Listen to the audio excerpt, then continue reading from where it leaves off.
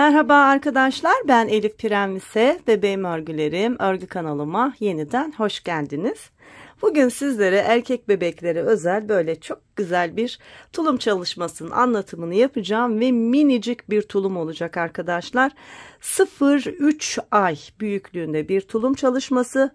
Yeni doğduğunda böyle giymeye başlayacak, 3 ayı dolana kadar giyecek.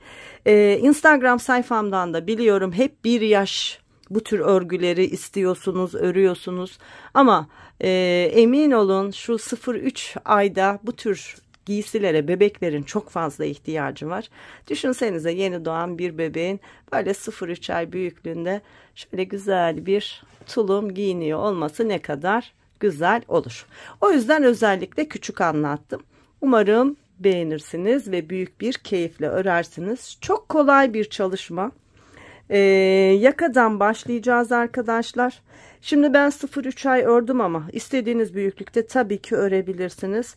Robadan başlanan bir çalışma olduğu için robayı daha büyük, bacakları uzatarak ve kolları uzatarak istediğiniz büyüklükte örmeniz mümkün. Ama ben 0-3 ay böyle çok sevimli olacağını düşündüğüm için 0-3 ay büyüklükte anlattım. Ve arkadaşlar yarım yumak beyaz, bir yumak mavi ipe ihtiyacımız var. Bakın mavi ipimden artan bu kadar. Her şeyini çalıştıktan sonra artan ipim bu kadar. Beyaz ipten de yarım yumak kadar kullanmış oldum. Çok güzel bir çalışma. Bakın askıları filan ben bayıldım. Umarım siz de çok beğenirsiniz ve örersiniz arkadaşlar. Bakın arkalarda filan böyle harika bir bebek tulum çalışması olmuş oldu. Dediğim gibi yakadan başlayacağız. Önce robayı öreceğiz. Kollarımız ve bacaklarımız yine dikişsiz. Size dikişsiz örgü örmeyi öğreteceğim.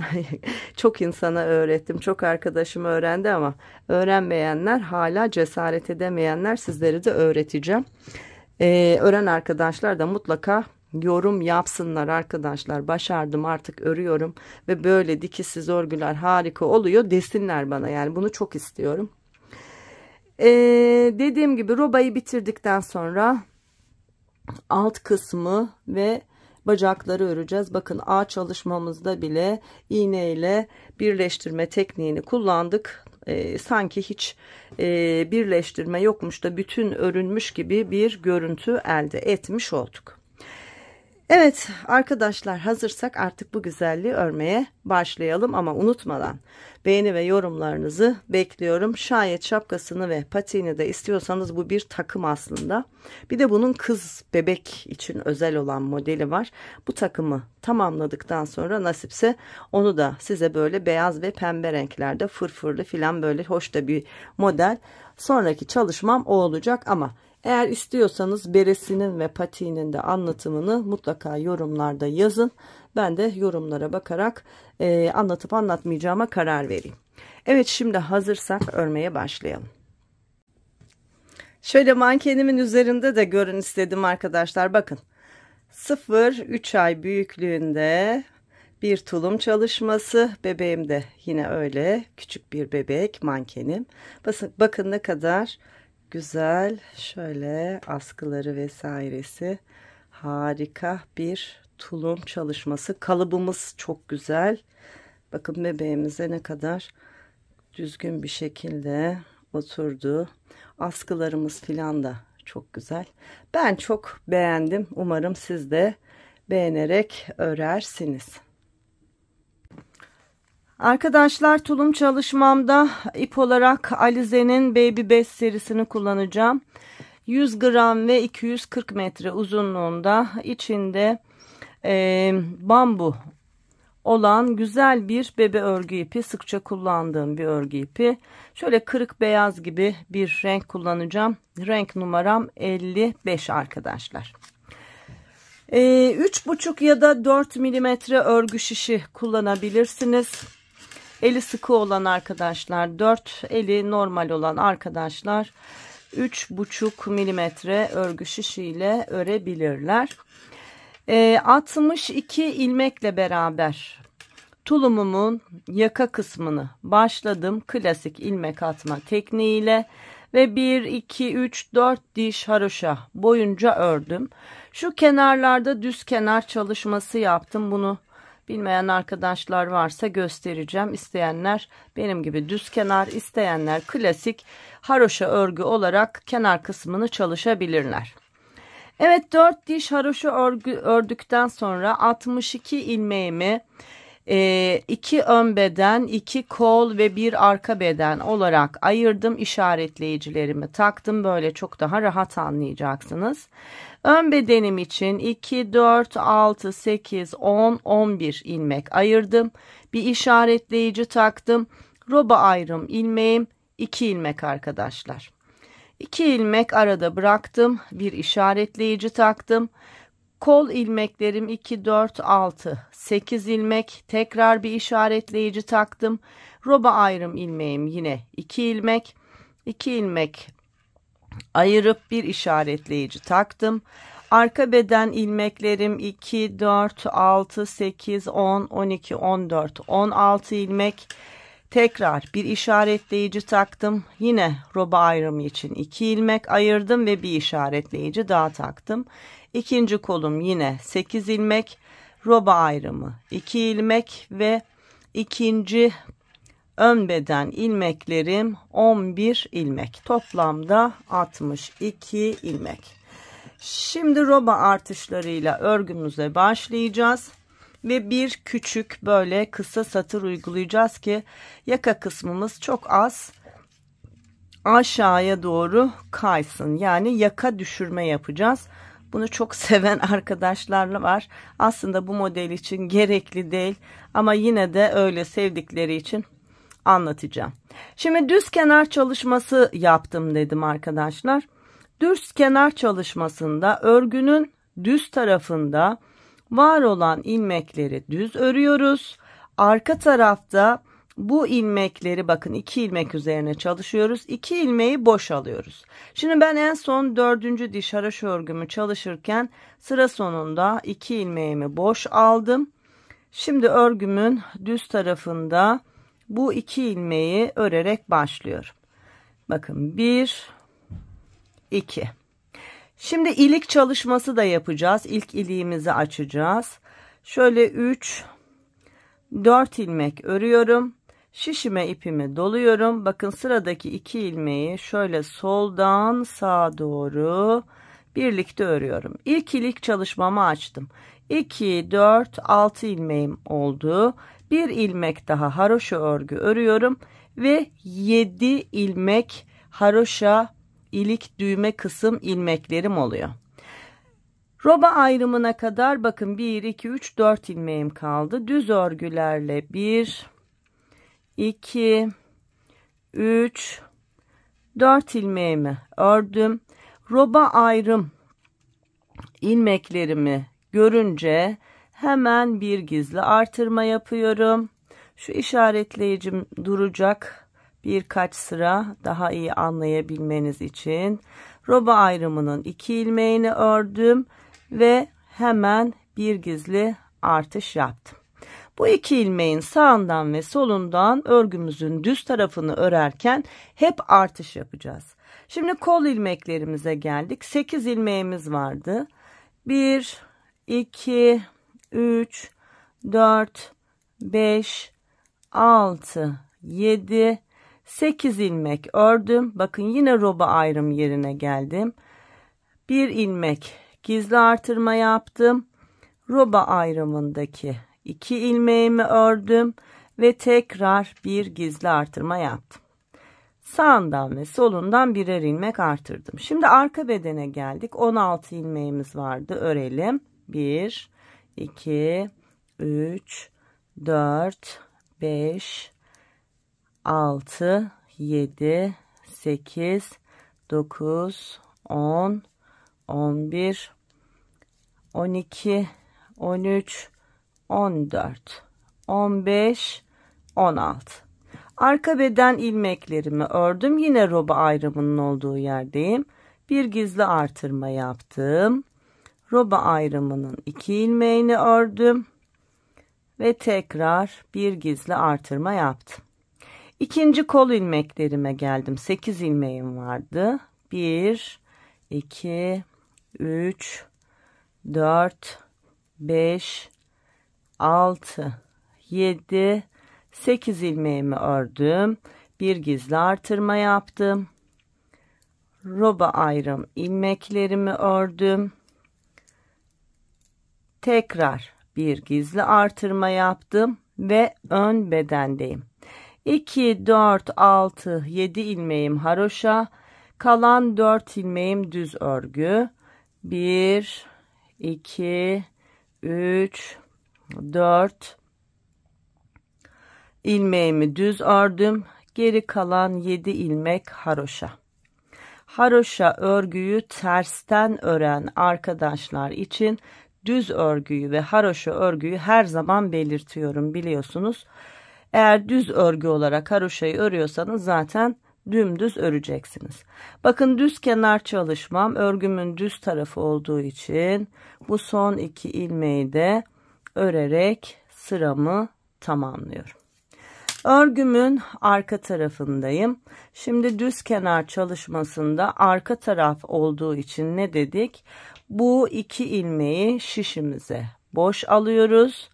Sonra diğer ilmekleri haroşa örüyoruz. Toplamda 7 ilmek ilik düğme kısmımız. 2, 3, 4, 5, 6, 7 ilmeğimi ördüm. İpi kendime aldım. Şimdi önde düz olan 4 ilmeği arkada ters olarak örüyorum. Bakın, gizli artırma yaptığım ilmeğimi de ters ördüm ve devam ediyorum. Ters örgülerle sıra sonunda 7 ilmek kalınca onları haroşa örgü olarak öreceğim. Evet, var olan ilmekleri son 7 ilmek kalana kadar bu şekilde ters örgülerle örelim.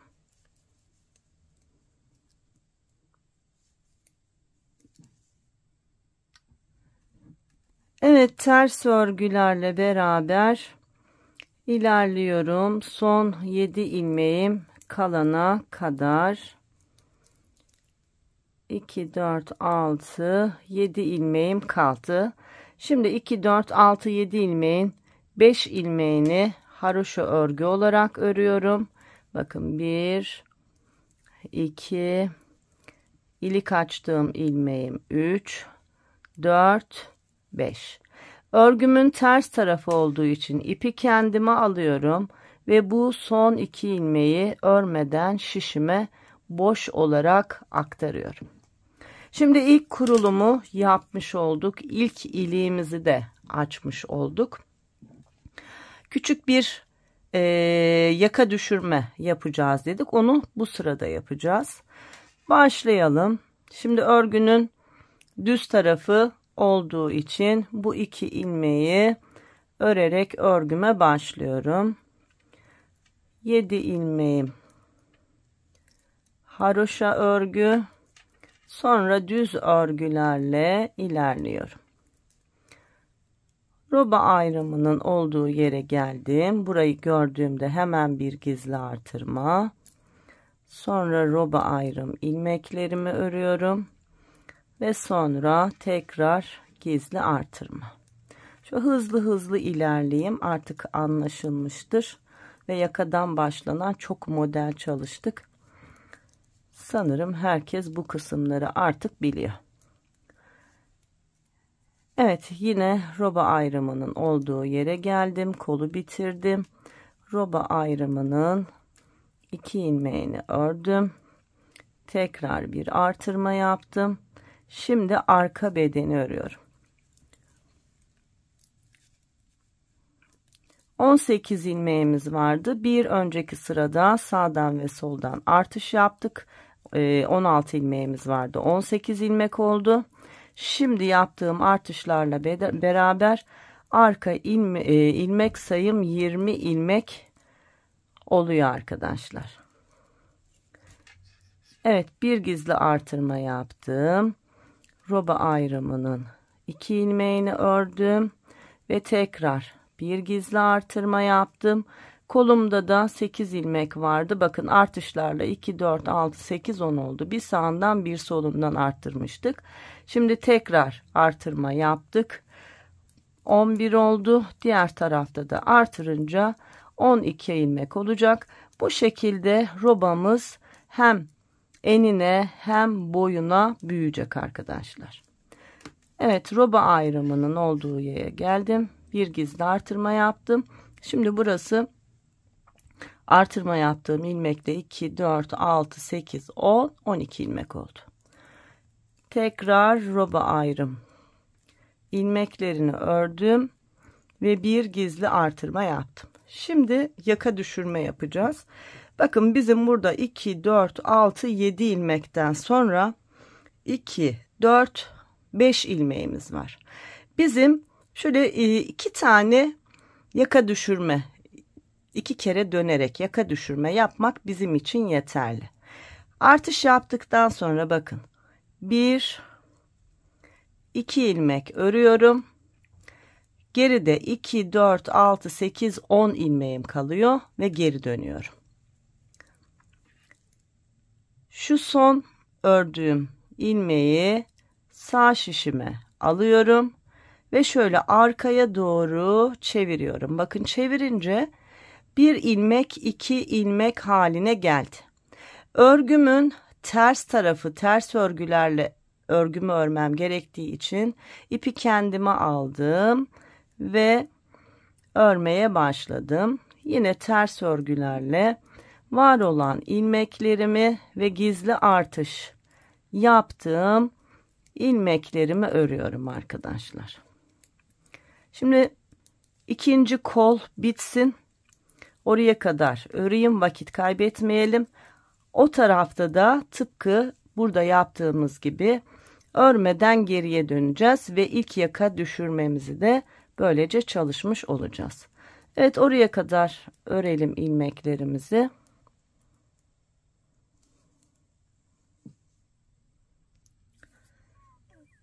Evet, bakın ikinci kolu bitirdim.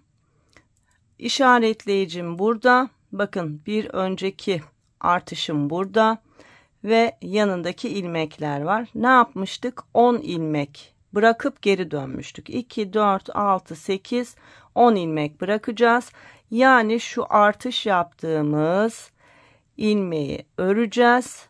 Sonra 1, 2 ilmek öreceğiz ve geri döneceğiz. Yine bakın 2, 4, 6, 8, 10 ilmeğim kalmış oldu şişimde. Şimdi burada da yine bakın şu ilmeği düz olacak şekilde şişime alıyorum. Şöyle kendime doğru çektiğimde bakın bir ilmek 2 ilmek görünümünde oldu. Örgümün düz tarafı olduğu için ipi arkaya alıyorum. Ve 1, 2 ilmek ördüğümde yine roba artış yerimdeyim. Hiçbir şey değişmiyor. Hemen bir gizli artırma. Ardından 1, 2 ilmek örüyorum. Ve tekrar bir gizli artırma daha. Şimdi buraları hızlı hızlı geçeyim. Artık anladınız. Roba artış yerlerini görünce öncesinde ve sonrasında gizli artırma yapıyoruz ve aradaki ilmekleri düz olarak örüyoruz. Bakın geldim, kol bitti. Bir gizli artırma yaptım. Roba ayrım ilmeğini ördüm. Tekrar bir gizli artırma yaptım. Ve arka beden ilmeklerini örüyorum. Şöyle hızlı hızlı gidelim.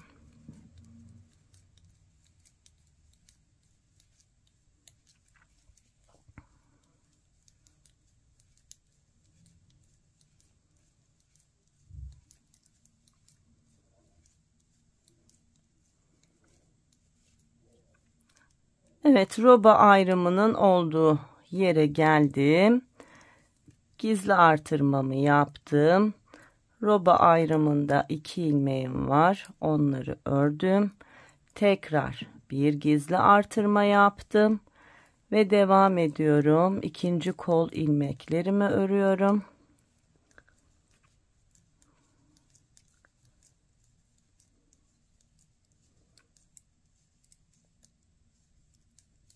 Kol ilmeklerim bitti. Roba ayrımının oradayım. Bir gizli artırma, roba ayrım ilmeklerimi ördüm ve tekrar bir gizli artırma yaptım. Şimdi bakın 2 ilmeğe dönüşen ilmeğim burada. Önce bunu öreceğiz. Sonra geleceğiz. Tekrar 2, 4, 6, 7. Hemen 2 ilmek ördükten sonra geri döneceğiz. Bakın ne kadar kolay. Şimdi örelim. 1, 2 ilmek ördüm. Bakın şu görmüş olduğunuz 2 ilmek haline dönen ilmeğim. Buna şöyle giriyoruz. Soldan sağa doğru. Bakın bu şekilde ve düz örgüyle örüyoruz. Bu kadar kolay. Ardından 1, 2 ilmek örüyoruz. Bakın 2, 4, 6, 8 ilmeğim kalınca geriye dönüyorum. Bu ilmeği sağ şişime alıyorum ve arkaya doğru çektiğimde bakın yine 2 ilmek görünümü oluştu. Örgümün ters tarafındayım. O yüzden ipi kendime alıyorum ve var olan ilmekleri ters örgülerle örüyorum. Evet arkadaşlar, ikinci öne kadar var olan ilmekleri ters örgülerle örelim. Orada da yine kapatmayı, bir önceki geri dönüş ilmeğimizi kapatmayı ve ikinci kısa kenar dönüşünü beraber yapalım.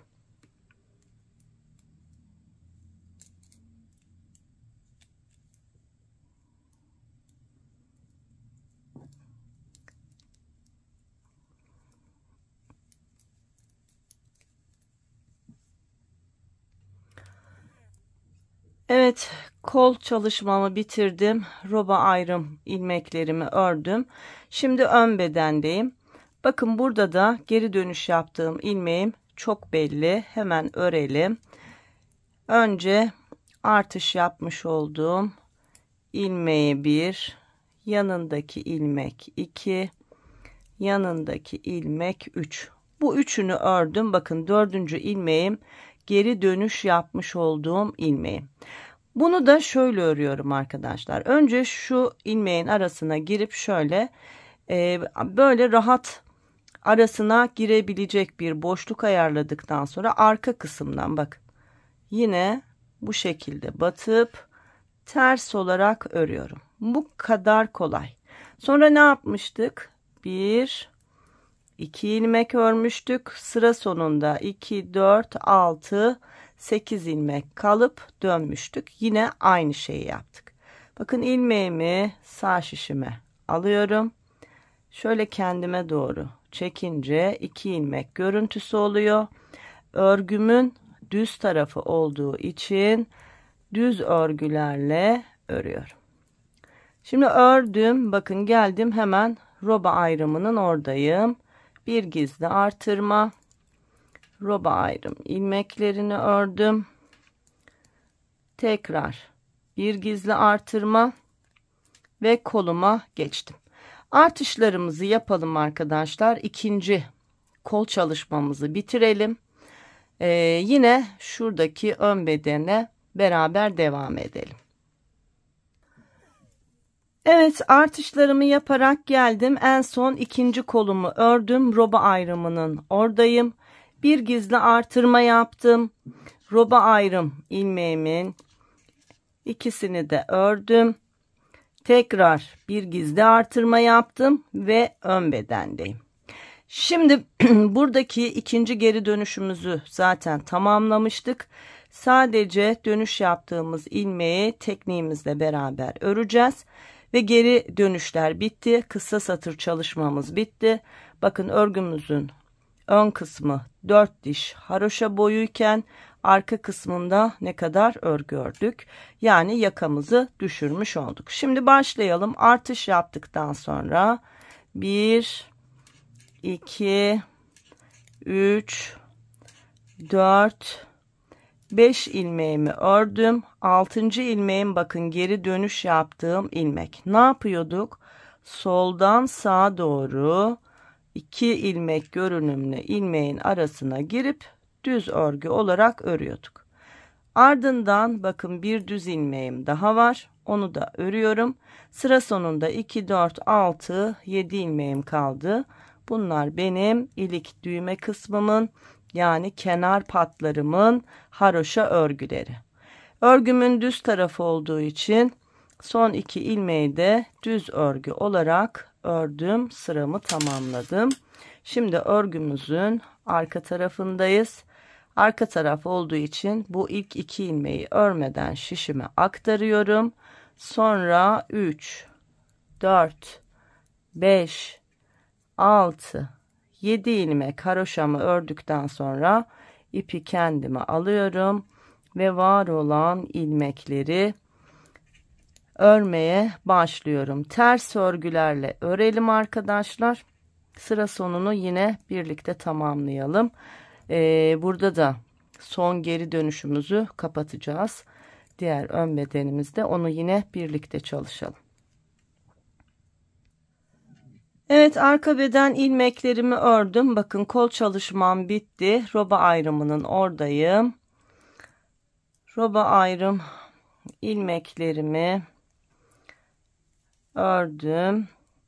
Şimdi ön bedene geldim. Bakın yine geri dönüş çalışmam burada. Oraya kadar ters örgülerle örelim. 1, 2, 3, 4, 5, 6 ilmek ördüm. Bakın 7. ilmeğim geri dönüş yaptığım ilmeğim. Ne yapıyorduk? Önce şu ön taraftan şöyle rahatlatıyorduk ilmeği. Sonra arka taraftan ilmeğimizin içine girip ters olarak örüyorduk. Bu kadar kolay. Sıra sonunda 2, 4, 6, 7, 8 ilmek var. Şu bir ilmek ters. Sonra 2, 4, 6, 7 ilmeğim kaldı. Bunlar haroşa örgü, kenar pat çalışmam için. Ama örgümün arka tarafında olduğum için 5 ilmeği haroşa örüyorum. Sonra ipi kendime alıyorum. Son 2 ilmeği şişe boş aktarıyorum. Şu düz kenarı elde edebilmek için. Evet arkadaşlar, bakın tulumumuzun kurulumunu yaptık. Yakamızın nasıl düştüğünü şuradan görebilirsiniz. Bakın. Düşük bir yaka çalışmış olduk. Şimdi roba artışlarına devam edeceğiz. Artık yaka düşürmemiz de bitti. Normal örgümüzü düz taraftan örerken yine işaretleyicimizin olduğu yerlerden sağdan soldan artış yapacağız. Arka sırada var olan ilmekleri öreceğiz. Bu şekilde istediğimiz büyüklüğe robamız ulaşana kadar devam edeceğiz. Sonra kolları ayıracağız. Alt bedeni öreceğiz. Çok keyifli bir çalışma olacak. Ben çok keyifle başladım. Anlatırken de böyle çok hoş anlatmış oldum. Kendi anlatımımı da beğendim. Bazen böyle akıcı oluyor. Çok güzel bir model. O yüzden böyle çok severek gecenin bir yarısı anlatmaya başladım size. Evet, robaları tamamlayalım arkadaşlar. Sonra yine birlikte devam edelim. Arkadaşlar, robamı örerek büyüttüm. Bu benim için yeterli bir büyüklük. Toplamda 16 kez artırma çalışması yaptım. Şimdi size santim olarak uzunluk da vereyim. Şöyle roba ayrım ilmeklerinin olduğu yerden şöyle haroşamızdan itibaren tuttuğumuzda tam 13 santim uzunluğunda bir roba elde etmiş olduk. Şu arka bedenin genişliğini de hemen ölçeyim. Şu biraz şişin üstünde olduğu için net bir ölçü veremem ama ortalama 24 santim genişliğinde arka bedenimizi örmüş olduk. Şimdi bu bizim için yeterli bir büyüklük. Daha büyük örmek isteyen arkadaşlar robayı da uzatabilirler. Eğer şu yaka kısmını bebeğin yakasına dar geliyorsa başlangıç sayılarını da arttırabilirler. Nasıl artırırlar? Birer tane ilmek ön bedene verirler. 2 ilmek. 2 ilmek arkaya verirler. Çünkü iki önde artış yaptığımız sayının toplamı kadar arkaya vermek lazım. Ne yaptı? 2, 2 daha 4. Birer ilmek de kollara verirseler 6 ilmekle artırabilirler. Daha büyük de örebilirler. Aynı anlattığım şekilde büyütebilirler. Şimdi roba artışlarını yaparken ikinci ilik çalışmamı da 2, 4, 6, 8 diş haroşa ördükten sonra açtım. Hep artık 8 diş haroşa arayla iliklerimizi açmaya devam edeceğiz. Şimdi roba artışlarımız bitti. Kollarımızı ayıracağız. Ön bedenlerle arka bedeni birleştirerek alt kısmı öreceğiz. Sıra başından itibaren başladım ve örgümü ördüm. Şimdi şu ön bedene roba ayrımındaki 2 ilmeğimiz vardı. Bir tanesini daha ilave ediyorum. Diğer roba artış ilmeğim kolumda kalacak. Bu şekilde ön bedenimde 2, 4, 6, 8, 10, 12, 14, 16, 18, 20, 22, 24, 26, 28 ilmeğim oluyor. Önler 28. Şimdi koldaki ilmekleri de hem bir ipe taşıyacağım hem de taşırken de sayıp size söyleyeceğim. Şimdi roba ayrımının bir ilmeği de dahil olacak şekilde kolumuzda 1, 2, 3, 4, 5, 6, 7, 8, 9, 10, 11, 12, 13, 14, 15, 16, 17, 18, 19, 20, 21, 22, 23, 24, 25, 26, 27, 28, 29, 30, 31, 32, 33, 34, 35, 36, 37, 38, 39, 40, 41 ve roba ayrımının yine 2 ilmeğinden birini kola ilave ediyorum ve kolumda 42 ilmeğim oluyor. Şimdi bir ipe bunu alıyorum. Kolumuzu çünkü sonra öreceğiz ve dikişsiz öreceğiz. İsteyen arkadaşlar tabii ki dikişli de örebilirler. Ama ben dikişsiz çalışacağım. Olması gerektiği gibi. Eğer daha önce dikişsiz örmediyseniz size tavsiyem denemenizdir arkadaşlar. Çok kolay, zaten ayrıntılı bir şekilde anlatıyorum. Herkes örebilir. Ama denediniz, zorlandınız, bana bu zor geldi diyorsanız o zaman dikişli de örebilirsiniz. Değişen bir şey yok. Şimdi ne yaptık? Kol ilmeklerini ipe aldık. Ön bedenimiz, şurası da arka bedenimiz. Şimdi bakın, ben bedenleri ayırabilmek adına şu ön bedenin son ilmeğini örmüştüm. Bunu örmeyeceğim. Bakın. Bu benim şişimde.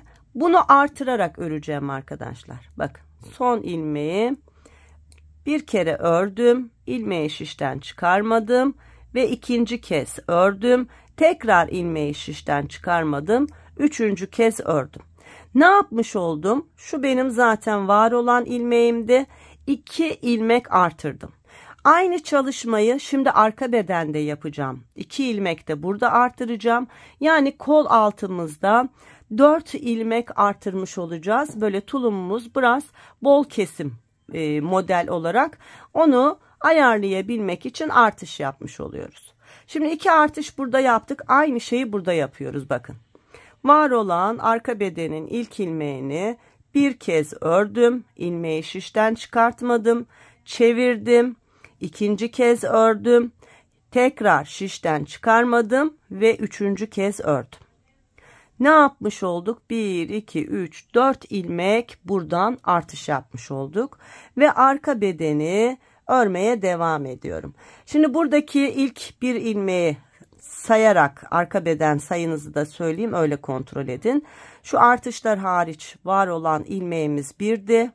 Sonra 2, 3, 4, 5, 6, 7, 8, 9, 10, 11, 12, 13, 14, 15, 16, 17, 18, 19, 20, 21, 22, 23, 24, 25, 26, 27, 28, 29, 30, 31, 32, 33, 34, 35, 36, 37, 38, 39, 40, 41, 42, 43, 44, 45, 46, 47, 48, roba ayrımının bir ilmeğini de ilave ettiğimizde 49. Şu son ilmeği yine şuradaki koldaki ilmekleri ipe aldıktan sonra sökeceğim ve tekrar 2 artırmalı çalışacağım. Aklınız karışmasın. Şimdi ikinci kol ilmeklerimi yine ipime alacağım.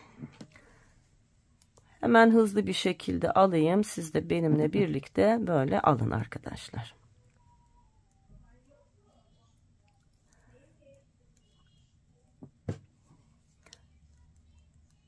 Evet, var olan ilmekleri ipimize alıyoruz.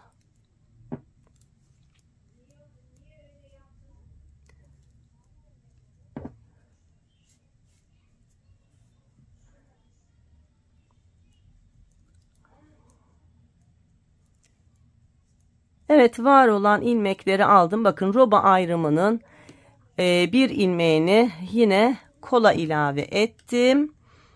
Ve ikinci kol ilmeklerimi de ipime toplamış oldum. Bu da tamam.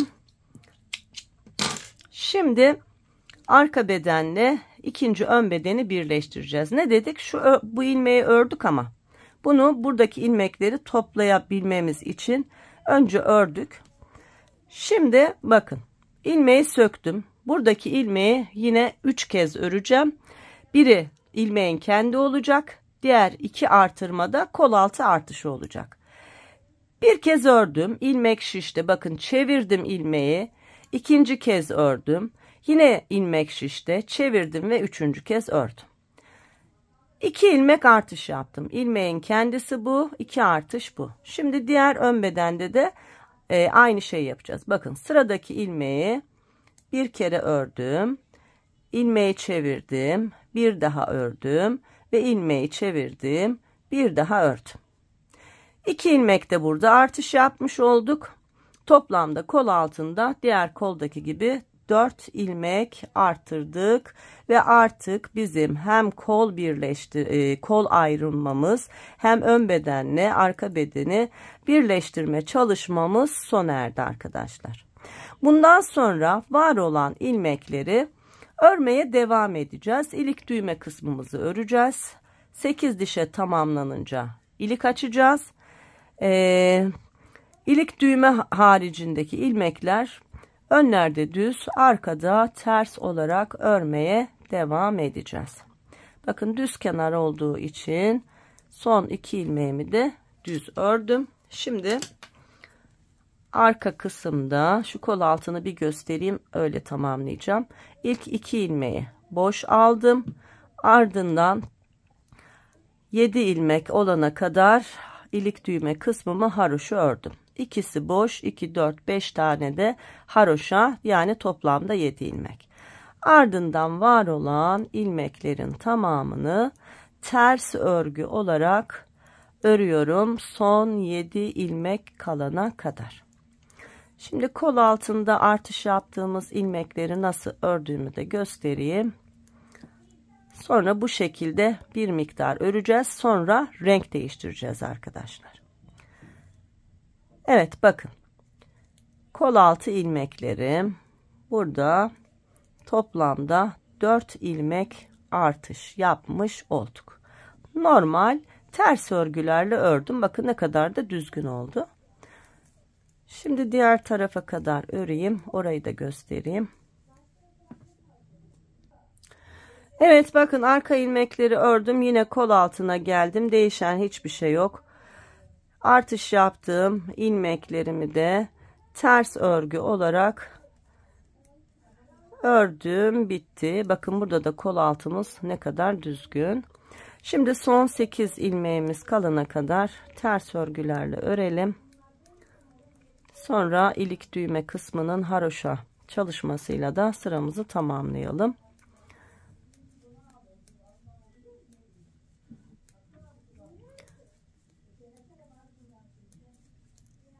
Evet, bakın sıra sonunda 2 4 6 7 ilmeğim kaldı. Haroşa örgüyle 1 2 3 4 5 ilmek ördüm. Düz kenar çalışması ve arka sırada olduğum için son 2 ilmeği boş alarak sıramı tamamladım. Şimdi ikinci ilikten sonra 2 4 6 7 diş haroşa örmüşüm.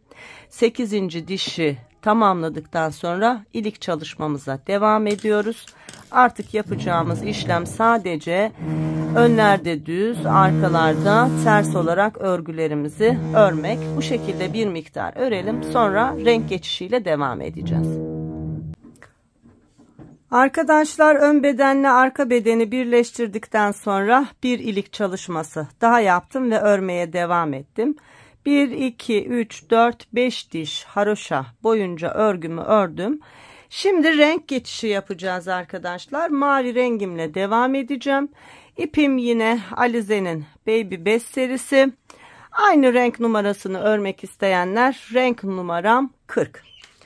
Şimdi başlayalım. Şu beyaz ipimizi biraz uzun bırakarak keselim.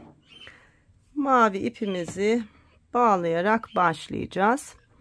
Değişen hiçbir şey yok. İpimizi değiştiriyoruz. Düz kenar çalışmasının olduğu yerdeyiz. Örgümüzün ön tarafında olduğumuz için örerek başlıyoruz. İlk 2 ilmeğimi düz ördükten sonra var olan ilmekleri haroşa örgü olarak örüyoruz. Arkadaşlar, renk geçişi yaptığımız bu sırada var olan ilmeklerin tamamını haroşa öreceğiz. Toplamda 3 diş haroşa boyunca var olan ilmeklerimizi öreceğiz. 3 diş haroşaya tamamladıktan sonra yine ilik ve düğme kısmındaki haroşa örgülerimiz devam edecek. Bu aradaki önlerde düz, arkalarda ters olan ilmeklerimizi yine önlerde düz, arkalarda ters olarak öreceğiz. Şimdi sıra sonuna kadar haroşa örgülerle ilmeklerimizi örelim. Haroşa örgülerle ilerliyorum. İlik düğme kısmımın olduğu yerdeyim. Düz kenar çalışmamı da düz örgü olarak ördüm ve bitirdim. Örgümün arka kısmında ilk 2 ilmeği boş aldım. Sonra yine haroşa örgülerle beraber ilmeklerimi örüyorum. Son 2 ilmeğim düz kenar çalışması ve arka taraf olduğu için yine boş alarak sıramı tamamlayacağım arkadaşlar. Şimdi bakın, ilk diş haroşa örgümüz de bu sıramızda oluşmuş oluyor. Bakın, birinci diş haroşa. Bu şekilde tam 3 dişe tamamladıktan sonra yine kenarlar haroşa, aralar düz olacak şekilde mavi ipimizle beraber örmeye devam edelim. Şu anda 6. diş haroşa örgümüzü örüyoruz. 8 dişe tamamlayınca ilik çalışmamızı da yapalım ve tekrar örmeye devam edelim. Artık A kısmını çalışacağız. Şu ilik düğmeyi birleştireceğiz ve A kısmı çalışmasıyla devam edeceğiz. Arkadaşlar, 3 diş haroşa çalışmasından sonra bakın, iliğimi açtım. Yine 2 4 6 8 diş haroşadan sonra ilik açmış oldum. Ardından 2 4 6 8 diş haroşa boyunca var olan ilmeklerin ilk 8 ve ilk 7 ve son 7 ilmeğini yine düz kenarlı haroşa çalışması, araları düz olarak çalıştım. Şimdi artık ön bedenleri birleştireceğiz arkadaşlar. Şimdi bedenleri birleştirmeden size artık net bir ölçü verebilirim. Hemen şöyle ölçeyim.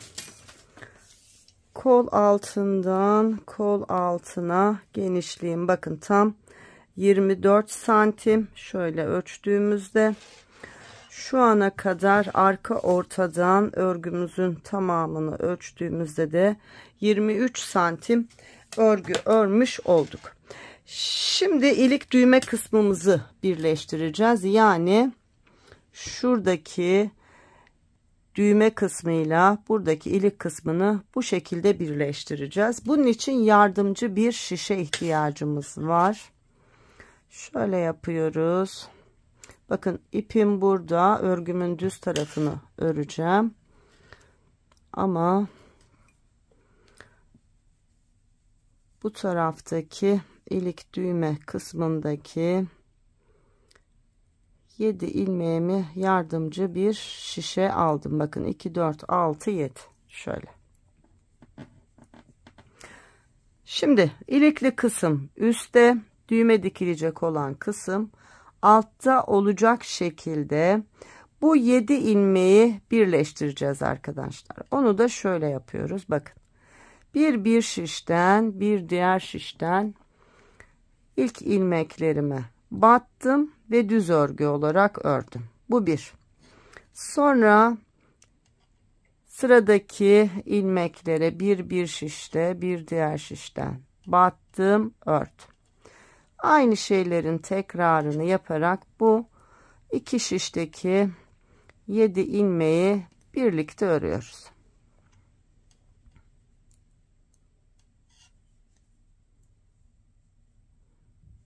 Evet, son 2 ilmeğim var. Bu 6. ilmeklerim ve 7. ilmeklerimi de örerek birleştirmiş oldum. Artık dönerek örmeye, bütün örmeye devam edeceğiz. Hemen şuradaki ip bağlantımızı da gizleyelim. Mavi ipe geçiş yapmıştık. Bir sonraki sırada bunu düğümledim. Bakın mavi ipi mavi haroşalı kısmın aralarından giriyorum. Tığımın yardımıyla şöyle yürütüyorum. Tam bu kenar kısma denk geliyor. Hiç belli olmayacak. Bunu hallettik. Fazla ipi kestim ve temizledim. Beyaz ipimi de yine beyaz kısımda haroşa dişlerinin arasına şöyle girerek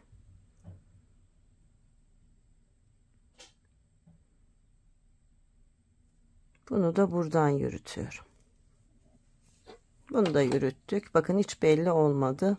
Şimdi fazla ipimi keserek temizledim.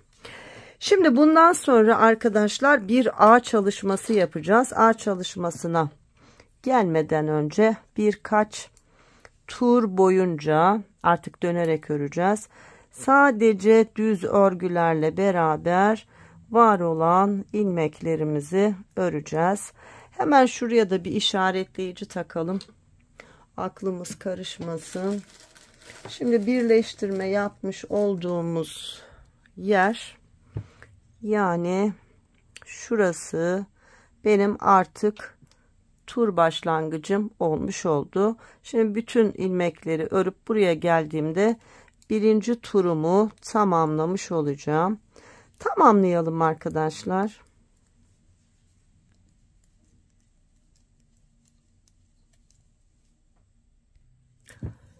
Evet, tur sonuna geldim. Bakın son bir ilmeğim kaldı. Bu ilmeği şayet şöyle düz örersem ve yeni tura başlarsam şurada şöyle bir ayrıklık oluyor.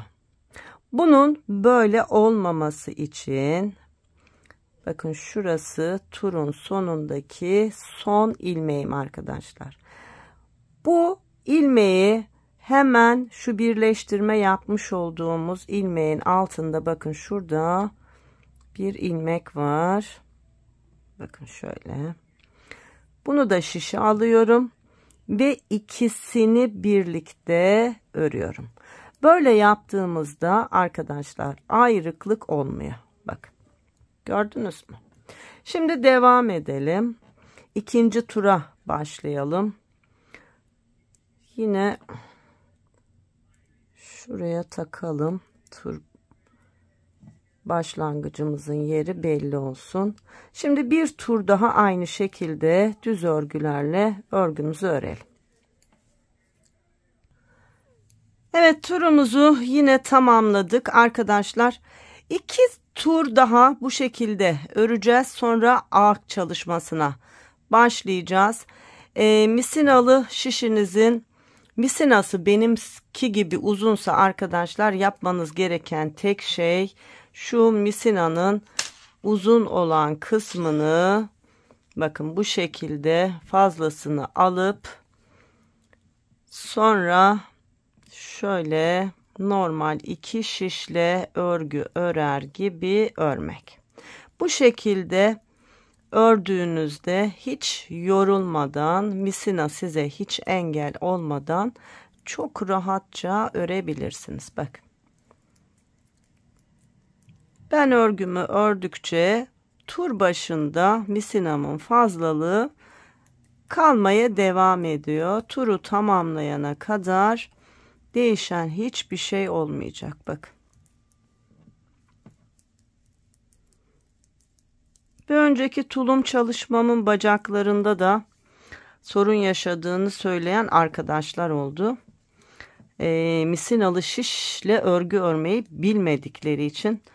Orada da aslında detaylı bir şekilde gösterdim ama tekrar gösteriyorum. Bakın, misinamın fazlası burada tur başında ve ben hiçbir şey yapmıyorum. Sadece ilmekleri şişimin ön tarafına doğru itiyorum ve örüyorum. Bu kadar basit. Yani hiç zorlanacak bir şey yok. Misinanızın uzunluğu ne kadar uzun olursa olsun. Bak, bu kadar kolay.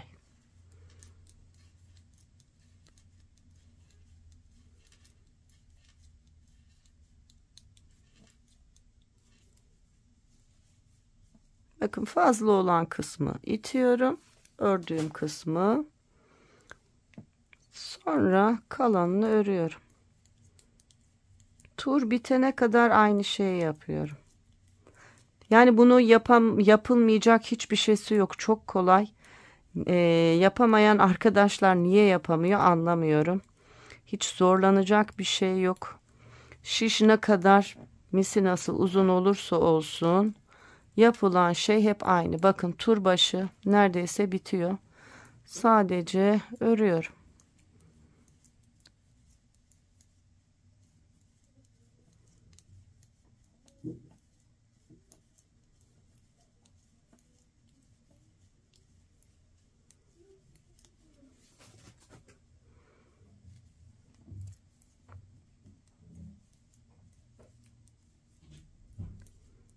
Evet, bütün turu bu şekilde ördüğümde bakın, misinamın fazlası burada. Görüyor musunuz? Burası da tur başım. Şimdi ikinci tura nasıl geçeceğim onu da göstereyim. Yine aynı şeyi yapacağız. Bakın, misinamızın fazlasını şöyle boşa alıyoruz. Öreceğimiz tarafa. Bakın, bu kadar kolay. Sonra örmeye devam ediyoruz. Sadece dikkat etmeniz gereken, şişten şişe geçerken şuradaki ilk ilmeği bol örmeyin. İpinizi biraz gergin tutun ve örmeye başlayın. Bu kadar kolay. Yine bu turu da tamamlayalım. Sonra ağ çalışmasıyla devam edelim.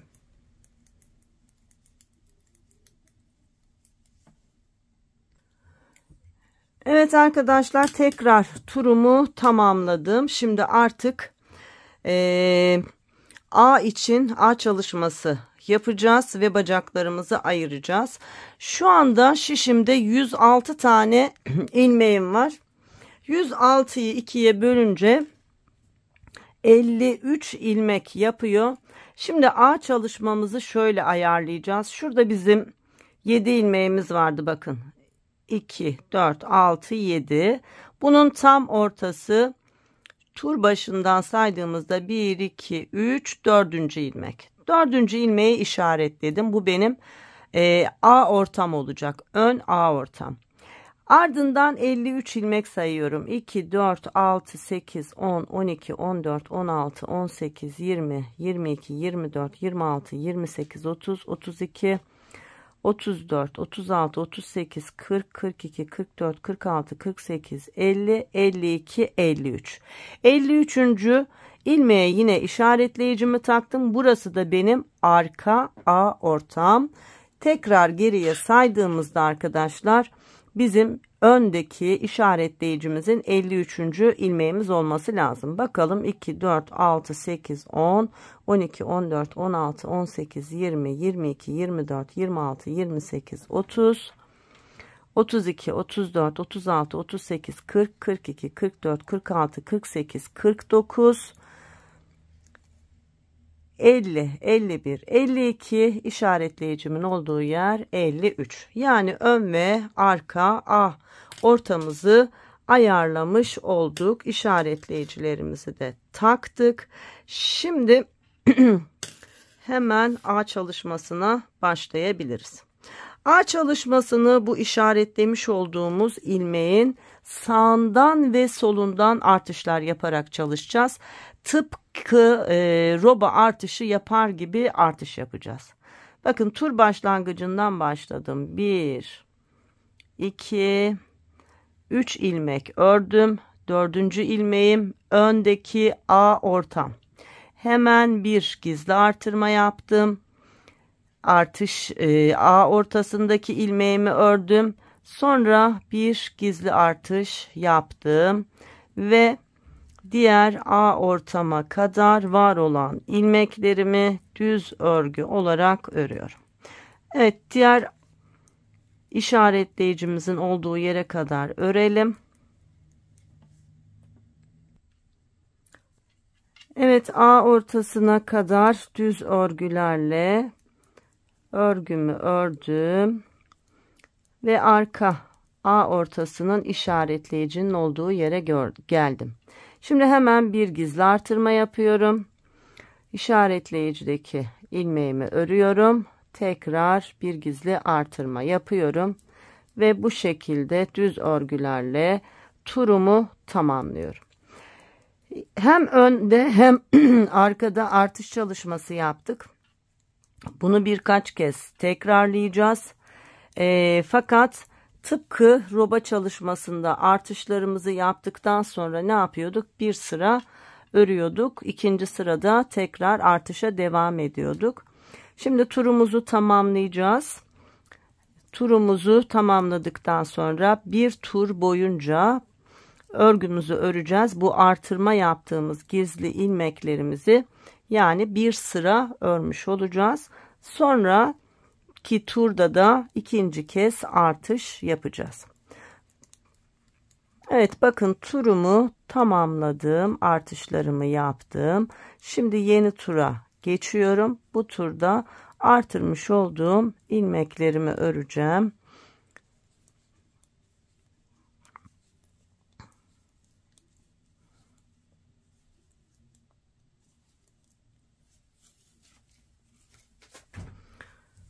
Evet. Tur bitti. Şimdi yeni tura geçeceğim.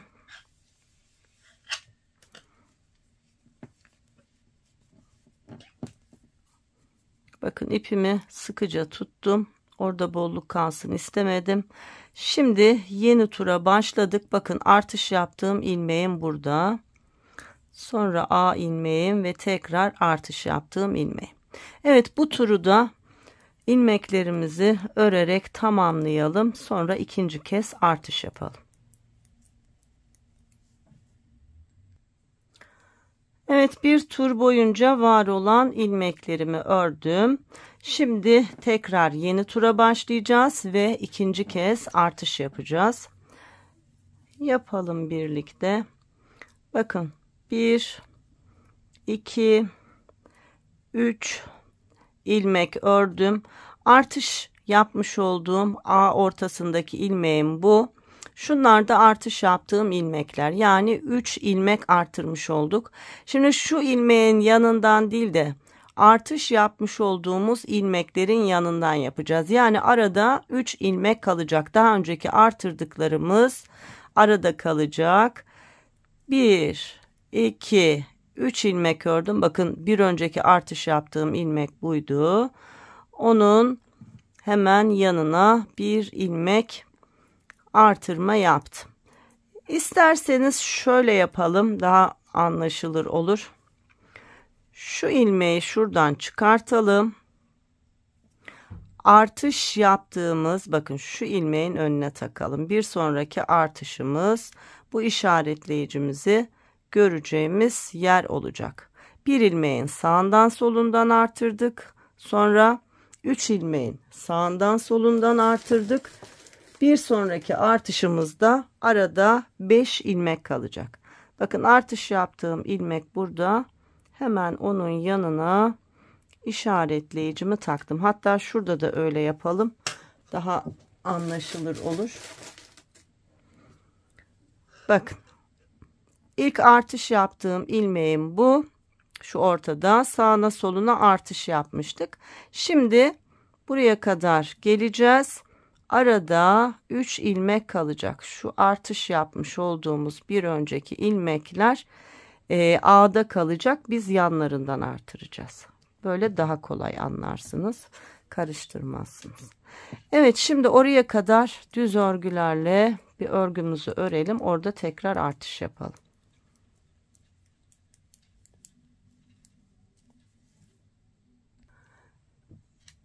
Evet, A kısmına kadar geldim. Bakın işaretleyicimizi şöyle alalım. Bir sonraki yerimiz belli olsun böylece. Gizli artışımızı yaptık. Arada 1, 2, 3 ilmek ördük. Tekrar bir gizli artış yaptık. Bakın arada bu sefer 2, 4, 5 ilmeğimiz oldu. Bir sonraki artış yerimiz de belli oldu. Evet, bu şekilde turumuzu tamamlayalım. Sonra bir tur boyunca artırmış olduğumuz ilmeklerimizi örelim. Sonra tekrar artış yapacağız. Aynı şeyler olacak arkadaşlar. Bu kez arada 7 ilmek kalacak. Artış yaptığımız için 7 ilmek 2, 4, 5 2, 4, 5 çalıştıktan sonra artışlarımızla burası 7, 9, 11 böyle bu şekilde ilerleyecek. Bir sıra öreceğiz, bir sıra artıracağız. Artırırken daha önce artış yaptığımız ilmeklerin bir gerisine, ilkinin gerisine, ikincisinin sonrasına artış yaparak ağ çalışmamızı yeterli olacak kadar büyüteceğiz arkadaşlar. Şimdi ağları çalışalım, sonra bacakları ayırarak bacakları örmeye başlayalım.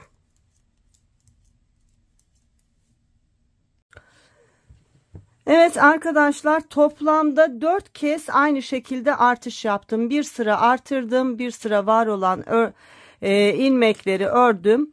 Toplamda 4 kez artırdığımda şu A kısmında 2, 4, 6, 8, 9 ilmeğim oldu. En son bunu arttırdım ve bir tur ördüm. Şimdi son bir tur öreceğiz ve bacaklarımızı ayıracağız. Hemen birlikte yapalım. Bu arada ölçü de vereyim size. Şu anda tulumun uzunluğu tam 29 santim oldu arkadaşlar. Bakın tam 29 santim uzunluğunda A kadar örmüş olduk. Santimden ilerleyin. Enimiz 24, boyumuz A kadar 29 santim. Evet, şimdi başlayalım. Bir tur öreceğiz. İkinci turda artık bacakları ayıracağız. Evet, yeni turuma başladım. Artık şunları çıkartıyorum. Yerleri çok belli.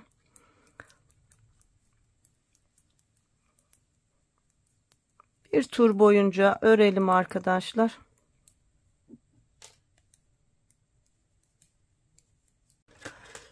Evet, bakın turumu tamamladım.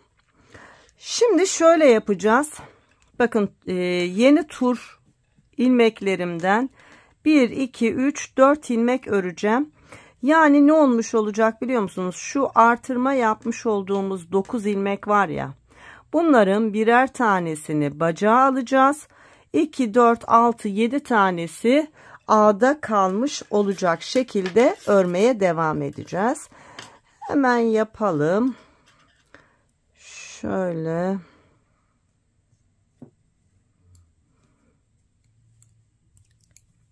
Dört ilmek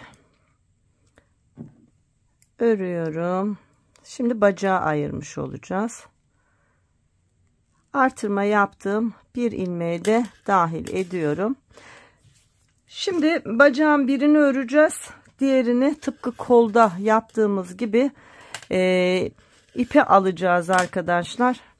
Şimdi şu ön bedendeki bakın 1 2 3 4 5 6 7 8 ağ çalışması da dahil olmak üzere hepsini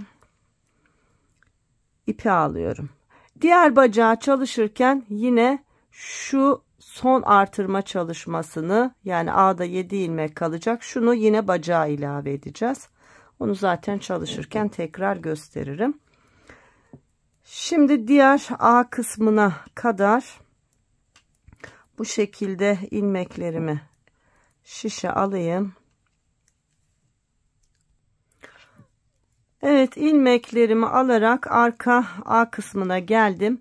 Şimdi ağ kısmındaki yine ilmekleri iğneme alıyorum. Bakın son artırma çalışmam burada. Ağ çalışmasından bir ilmeği bacağıma bırakıyorum. Bir ilmek ön taraftaki ağdan bıraktım. Bir ilmek arka taraftan. Şimdi iğneye aldım. Bacağı önce aynı kolda olduğu gibi şöyle bağlayalım. Diğer bacağı rahat rahat örelim. Evet. Şimdi şişimizde kalan ilmeklere bir daha bakalım. Ağ çalışmasından bir ilmek aldık önde ve bir ilmek aldık arkada. Artık bu şekilde bacağımızı örmeye devam edeceğiz. Yine şu ipimizi gergin tutalım.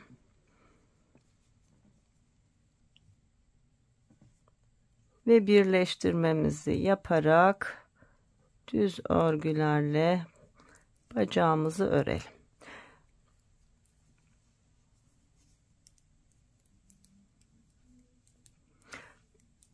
Bacağın tur başlangıcı birleştirmeyi yaptığım yer olacak. Orada bir ayrıklık olmasın diye arkadaşlar bakın. Buradaki kısmı şöyle misinamı birleştirerek burayı birleştirdim. Ama buraya yine tur başlangıcımız belli olsun diye bakın tam buraya işaretleyicimi taktım. Şimdi bu bacak boyunuz kısa geliyor. Eğer rahat dönemiyorsanız arkadaşlar örgüyü şöyle ikiye bölebilirsiniz. Böyle çok daha kolay çalışılıyor. Bakın misinanın fazlasının bir kısmını örgünün bir tarafına, bir kısmını da öreceğiniz şişin tarafında bırakarak çok rahat bir şekilde örebilirsiniz. Bacak örmekte zorlanan arkadaşlar bu gösterdiğim şekilde örerseniz çok rahat öreceksinizdir. Bir de böyle deneyin eğer böyle yapmadıysanız. Bakın şişimdeki ilmeklerim bitti. Aynı şeyi yapıyorum. Bakın. Şimdi örecek olduğum ilmekler burada. Örecek olduğum şişin üzerine bu ilmekleri topluyorum.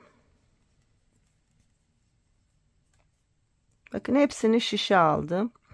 Şu örecek olduğum şiş misinanın bir kısmını öreceğim tarafa alıyorum. Yine bir kısmı bakın diğer tarafta.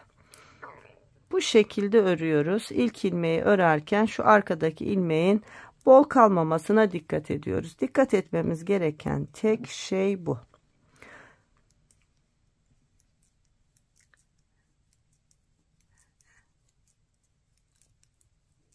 Bakın birinci turu tamamlamış oldum. Tur başlangıcımın olduğu yere geldim. Değişen hiçbir şey yok. Yine işaretleyicimi başlangıç yerime aldım. O hep orada dursun. Tur başlangıcımızı karıştırmayalım. Bu şekilde örmeye devam ediyoruz. Artırmalardan aslında bacak sayımız belli ama ben yine de sayarak size söyleyeceğim. Şu turu da tamamlayayım. Nasıl ördüğümü de bilmeyen arkadaşlar böylece takip etmiş olsunlar.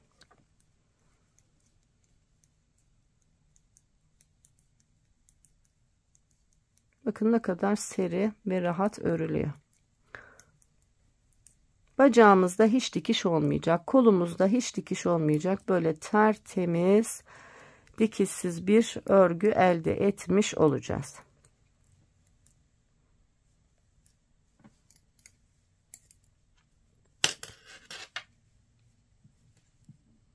Bakın, örecek olduğum ilmekler şişimde.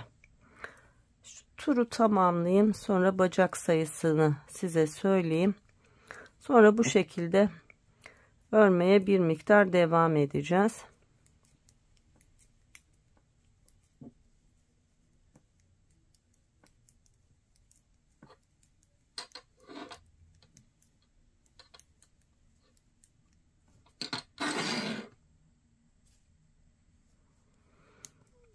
Evet, turumu tamamladım.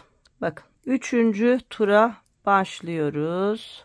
Değişen hiçbir şey yok. İlmeklerimiz şişte bitene kadar örüyoruz.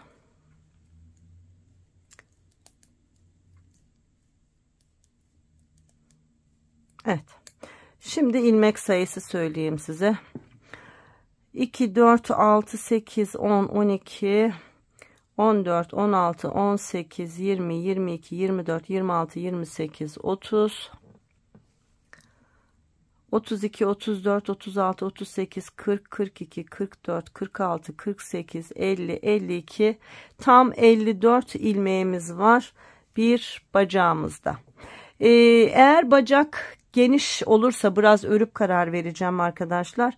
Eğer geniş kalırsa kesim uygulayabilirim ama biraz bol bacaklı böyle kalıp model öyle.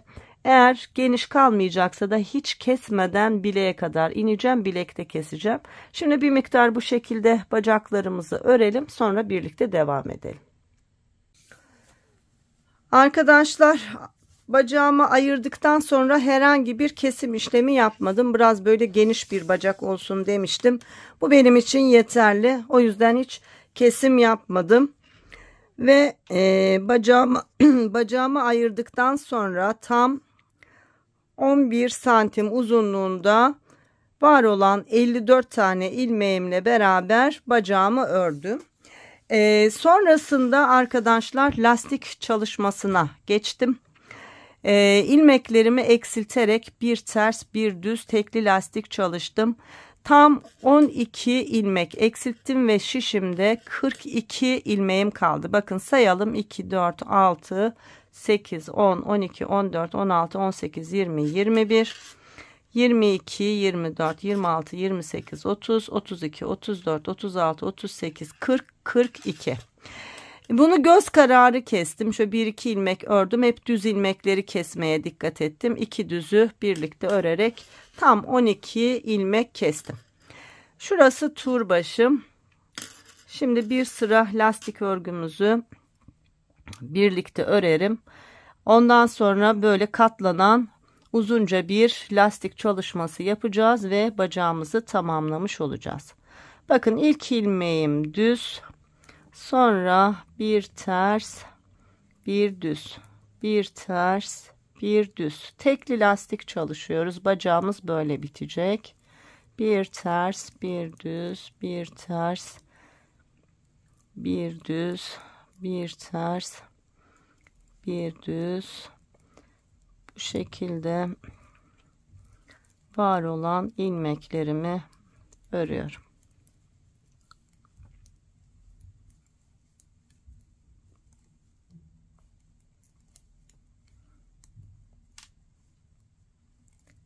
Evet. Bu tarafı tamamladım. Hemen geliyorum. Örecek olduğum ilmekleri şişimin ucuna taşıyorum. Örecek olduğum şişi misinasını boşa çıkararak devam ediyorum. Düzden bittim. Tersle devam ediyorum. Bir ters, bir düz. Bir ters, bir düz. Bu şekilde lastik örgümün ikinci sırasını örmüş oluyorum. Birinci sırada lastik kurulumu yaparken 12 ilmek eksilttim. Şimdi ikinci sırada var olan ilmekleri yine bir düz bir ters, düzlerin üzerine düz, terslerin üzerine ters örerek ikinci turumu tamamlıyorum. Bu şekilde uzunca bir lastik çalışması yapacağız. Dediğim gibi katlamalı bir bacak lastiği çalışması olacak. Örelim. Sonra kapatma çalışmasını yine birlikte yapalım. Ardından ikinci bacak ve kolları öreceğiz arkadaşlar. Arkadaşlar lastik çalışmamı böyle uzunca yapacağımı söylemiştim. Tam 10 santim uzunluğunda bir lastik çalıştım. Sıra sayısı olarak söylemem gerekirse 2, 4, 6, 8, 10, 12, 14, 16, 18, 20, 22, 24, 26, 28 tam 30 sıra lastik çalışmamı ördüm. Artık bu benim için yeterli bir ölçü. Şimdi örerek kesme tekniğiyle keseceğiz ve bacak çalışmamızı tamamlayacağız. Yine tekli lastik örerek kesimimizi yapacağız. Bakın tur başındayım ve örmeye başlıyorum. İlk ilmeğim düz ilmek, düzü düz ördüm. Sıradaki ilmeğim ters, tersi ters ördüm. Arkadaki düz ördüğüm ilmeği öndeki ters ilmeğin üzerine geçirdim. Sıradaki ilmeğim düz, düz olarak ördüm. Arkadaki ilmeği üzerine geçirdim. Sıradaki ilmek ters, ters ördüm. Arkadaki ilmeği üzerine geçirdim. Düzleri düz örüp kesiyoruz. Tersleri ters örüp kesiyoruz. Burada dikkat etmemiz gereken şey, kesim yaparken ipinizi sıkı tutmayın arkadaşlar. Bolca örün. Şu lastiğimiz esnek bir kesim olarak kesilsin, esnesin, çocuğun bacağına rahatça girip çıkabilsin. Evet, bu şekilde var olan ilmeklerin tamamını örerek keselim.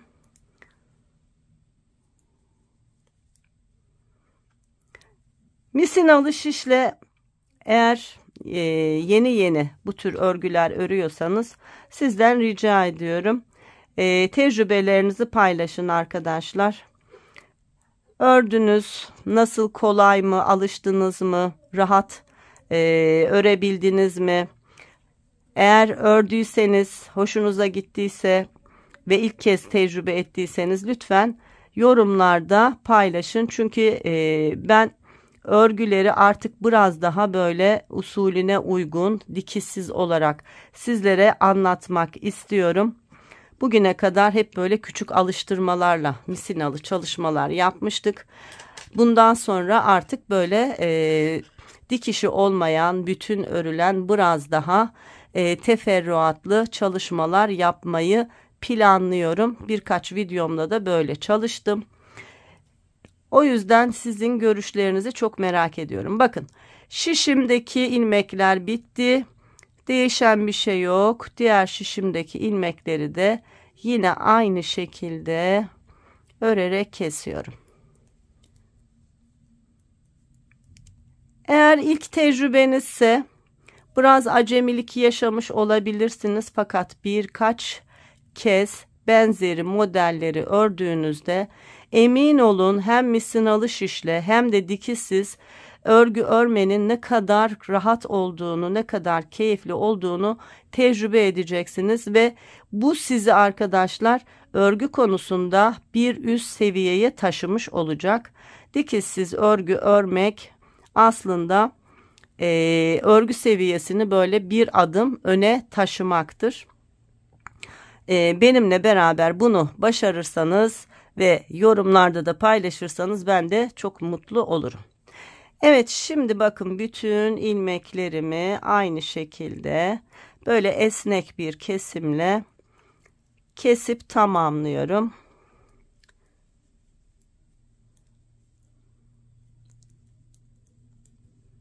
Son birkaç ilmeğim kaldı. Onları da keselim.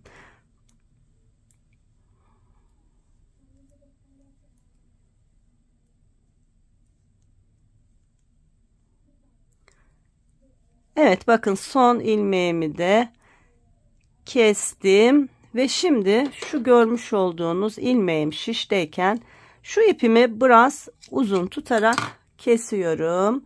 İlmeğimi hiç bozmuyorum.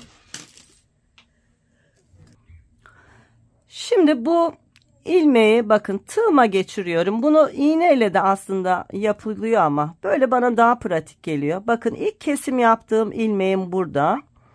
Bakın bu ilmeğin şöyle tepesinden şu ipimi alayım, rahat görün. Bakın tam ilk kesim yaptığım ilmek.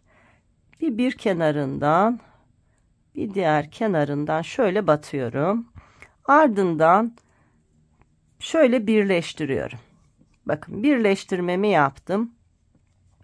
Sonra geliyorum, hemen şurada örgüm katlanacak paçam ya. O yüzden düz kısmında bunu yapıyoruz ki görünmesin çevrilince. Şurada yine tığımla sabitliyorum. Bakın sabitledim, bitti, birleşti. Ardından şu görmüş olduğunuz ilmeğin arasından yürüterek aşağıya doğru bu ipimi gizliyorum.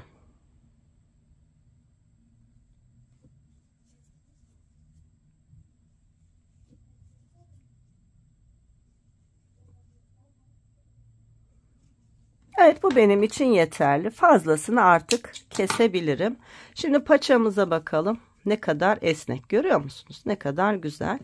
Şimdi bu şekilde bacak ölçümü size söyleyeyim. Sonra ikinci bacakla devam edelim. Şöyle katladığımızda arkadaşlar bakın bacak boyum tam şuradan tuttuğumda bakın tam 16 santim. Görmüş olduğunuz tulumumuzun şöyle yakadan aşağıya uzunluğu tam 42 santim oluyor. Yani 0,3 ay büyüklüğünde bir tulum çalışması yapmış oluyoruz. Şimdi ikinci bacakta yine aynı birinci bacakta yaptığımız çalışmayı yapacağız. Hemen yine başlayalım. Bakın burada şu ilk 2, 4, 6, 7 ilmeğimi A kısmına bırakacağım. O yüzden ipimin şuradan sonrasında kesim yapacağım.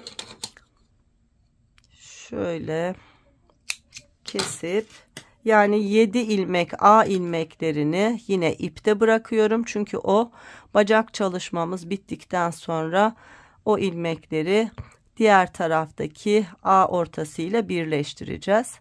Var olan ilmekleri bu şekilde şişime taşıyorum. Evet, taşıyalım. Yine şu arka A'da 7 ilmek kalacak şekilde. Evet, ilmeklerimi şişime aldım. Bakın A'daki bir ilmeği de yine şişime aldım. A'mızda burada da 2, 4, 6, 7 ilmek var. 7 bir tarafta, 7 bir tarafta. A ilmeklerimi yine şöyle ipimde bırakıyorum. Diğer ilmekler şişimde, yani ikinci bacak ilmeklerimi şişime almış oldum. Şimdi arkadaşlar ipimizi bağlıyoruz ve örmeye başlıyoruz. Hemen şuradan başlayalım. Şu başlangıç ipimizi de arkadaşlar biraz uzun tutalım. Şöyle 15-20 santim kadar uzun olmasına dikkat edelim. Çünkü şu görmüş olduğunuz A ilmeklerini bu ilmek ipimizle beraber kapatacağız. Bir daha ip bağlamamıza gerek kalmayacak. O yüzden uzun bir ip bırakarak başlıyoruz. Hemen ön bedenden örmeye başlıyorum.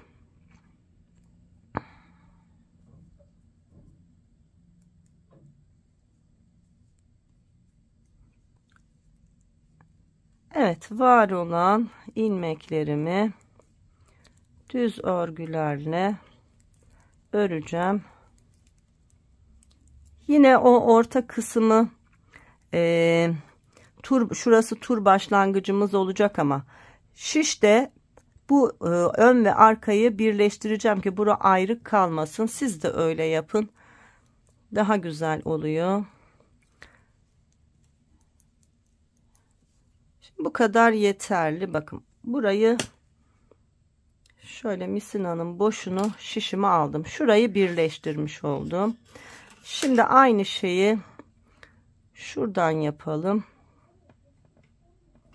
Buradan da çıkardığımda bakın burası birleşmiş oldu. Dolayısıyla hiç esneme yapmadan rahatça örebileceğiz.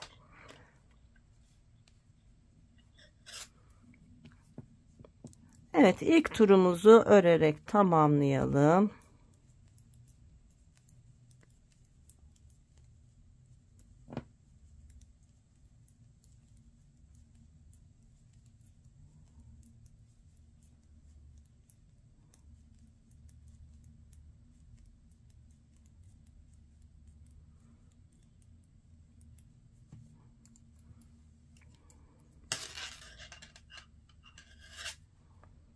Bakın burası birleşti.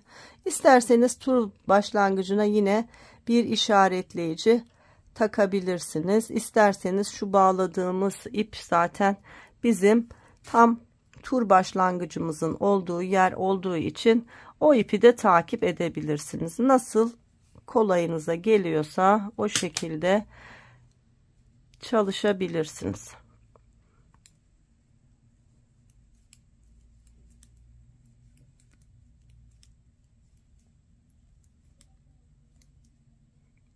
Bakın ilk turumu tamamlamış oldum. Şu son ilmeğimle ilk turum bitti. İkinci tura başlıyorum bakın. Hiç değişen bir şey yok. Örmeye devam ediyorum.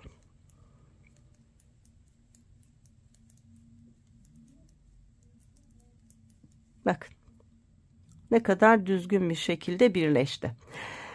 Artık daha anlatılacak bir şey yok. Birleştirmeyi de yaptık. Şimdi ikinci bacağımızı da tıpkı birinci bacağımız gibi örelim.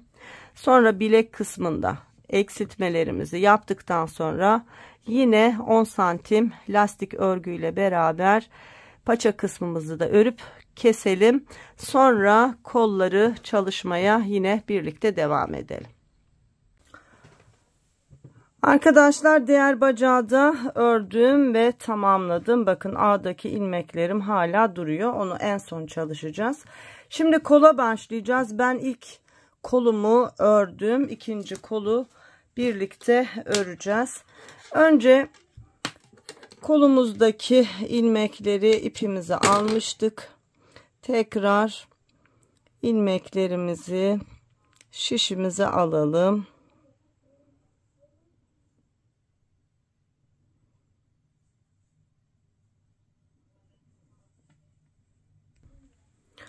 Evet, ilmeklerimi şişime aldım. Şimdi sayalım. 2, 4, 6, 8, 10, 12, 14, 16, 18, 20, 21 ilmek bir şişimde var. 2, 4, 6, 8, 10, 12, 14, 16, 18, 20, 21 ilmek bir şişimde var. Yani toplamda 42 ilmeğim var. Şimdi arkadaşlar, şu kol altında artırma yapmıştık, hatırlayın. Kol altından ilmek çıkartarak örgümüze başlayacağız. Tığla beraber çok rahat oluyor. İsterseniz şişle de çıkartabilirsiniz. Bakın şimdi kol altından hemen şurada roba ayrım ilmeğinin olduğu yere ilmeğin arasına batıyorum. Bir ilmek buradan çıkartıyorum. Sonra geliyorum, bakın hemen şurada yandaki ilmeğin içerisinden bir tane, onun yanındaki ilmeğin içerisine batıyorum. Bir tane ve diğer roba ayrım ilmeğim, bakın burada, buradan bir tane çıkartıyorum. Toplamda 4 tane ilmek çıkarmış oldum. Bu iki ilmeği şişin bir tarafına, diğer iki ilmeği de diğer tarafına takacağım. Yani her iki şişimde de 23 tane ilmeğim olmuş oluyor. Şu anda böyle. Sonra keseceğiz.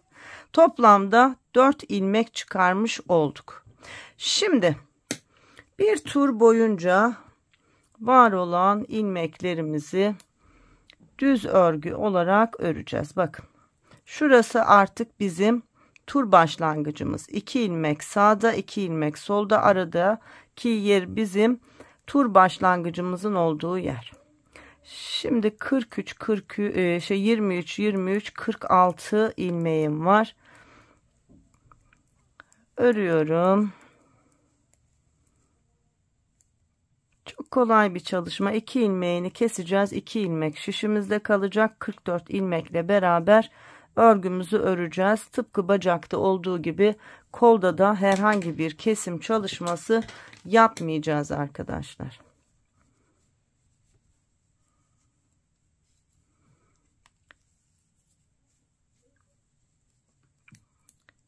Evet. Şimdi buradaki ilmeklerimizi de örelim.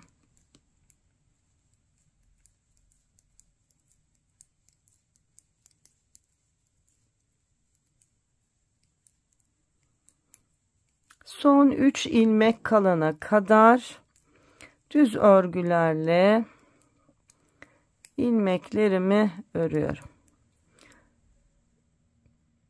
Bakın son 3 ilmeğim kaldı. Şimdi şu başlangıç ipimi biraz sıkı tutmam lazım. Şimdi 3 ilmek kaldı. İlk 2 ilmeği birlikte örerek bir kesim yapıyorum.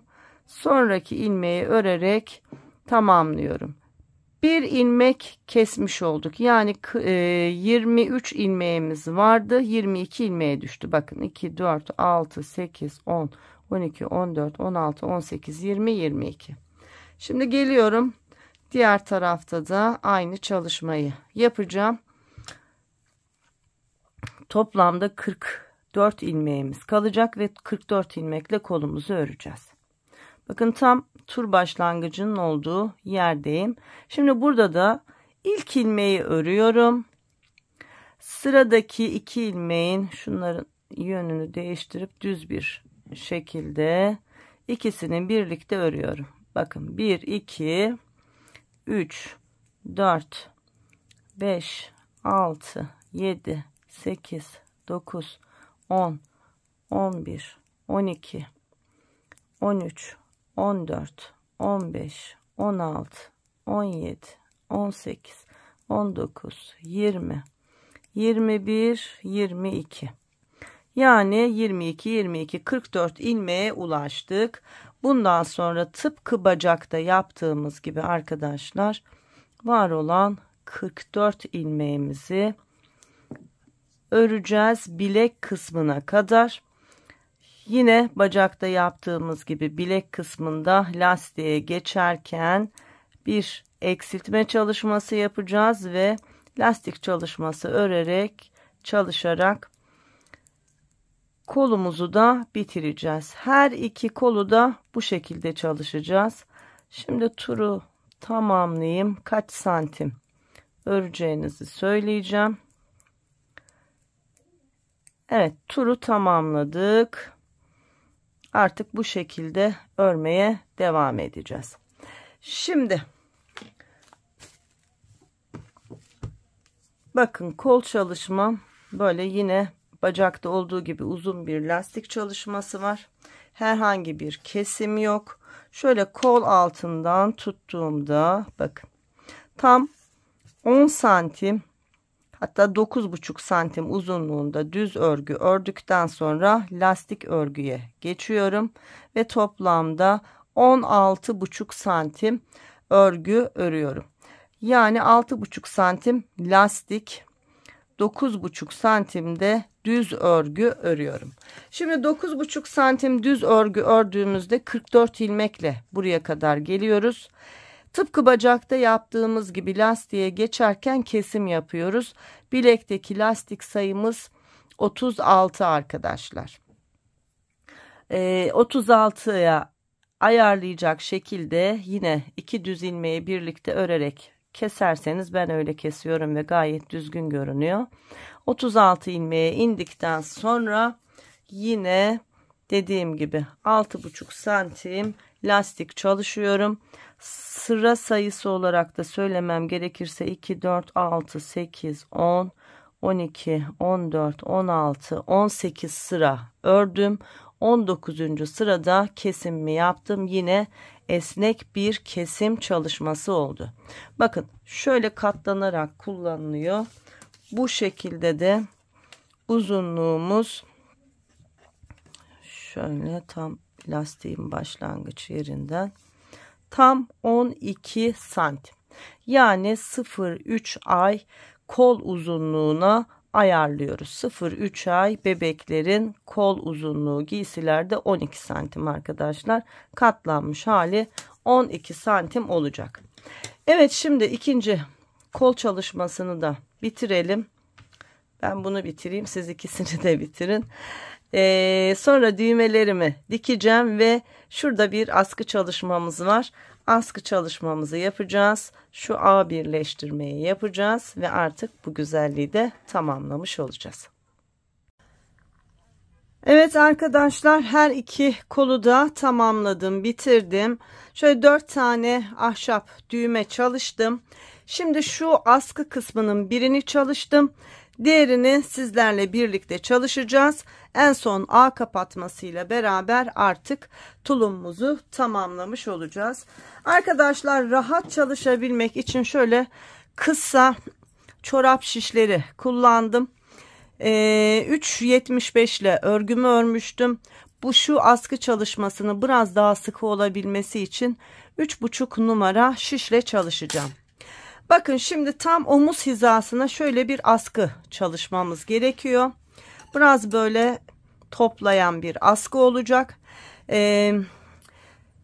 Tam omuz hizamızda olabilmesi için bakın, daha büyük örecek olan arkadaşlar nasıl çalışmanız gerektiğini söyleyeceğim. Şöyle tam omuz hizasına gelebilecek şekilde şu yaka kısmından hiza alarak askınızı çalışabilirsiniz. Benim askımda bakın şuradaki haroşaları saydığımda 1, 2, 3, 4, 5, 6, 7. haroşa dişinden itibaren toplamda 7 ilmek olacak şekilde ilmek alarak askımı ördüm. Kaç santim ördüğümü şu çalışmaya başladıktan sonra söyleyeceğim. Şimdi aynı şeyi burada yapıyoruz. Bakın burada da sayıyoruz haroşalarımızı. 1, 2, 3, 4, 5, 6, 7.den başlayacağız arkadaşlar. Şöyle yapıyoruz. Bakın mavi ile beyazın birleştiği şu düz ilmeklerin olduğu yerden başlayacağız. Bir daha sayayım. 1, 2, 3, 4, 5, 6. Şuradan başlıyoruz. Bakın 7. haroşa dişim şurada. Buradan almıyorum. Hemen üstündeki ilmeğin şöyle kenarında. Bu benim 1. ilmeğim. Geliyorum yandaki haroşa dişinin üzerindeki ilmeğe giriyorum. 2. Yanındaki 3. Yanındaki 4. Yanındaki 5. Yanındaki 6 ve yanındaki 7. Bakın. 7 ilmekten oluşan bir çalışma yapacağız. Şimdi ilmeklerimi, şişimi aldım ve örmeye başlıyorum. Bir yumak mavi ipim vardı. Bakın ipim yetti, artacak bile. Şimdi ipimizi bağlayarak başlayacağız. Örgümüzün düz tarafından örerek başlıyoruz. Bakın. İpimi şöyle biraz uzunca bıraktım. Onu sonra düğümleyerek sabitleyeceğim. Var olan 7 ilmeği haroşa örgü olarak örüyorum.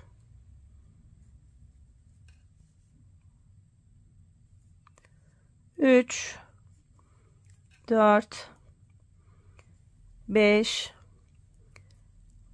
6 ve 7. Şimdi burada da düz kenar çalışması yaptım. Bakın yanlar düz olarak devam ediyor. Aynı çalışmayı uygulayacağım. Örgümün düz tarafında var olan ilmeklerin tamamını ördüm. Arka tarafta ilk ilmeği örmeden şişime boş alıp sonra haroşa örgümü örüyorum. 1, 2, 3, 4, 5 ilmek ördüm. 6. ilmek son ilmeğim. İpi kendime alıp bu ilmeği şişime boş olarak alıyorum. Dönüyorum. Örgümün ön tarafındayım. Örgümün ön tarafında var olan ilmekleri ilk ilmekte dahil haroşa örgü olarak örüyorum.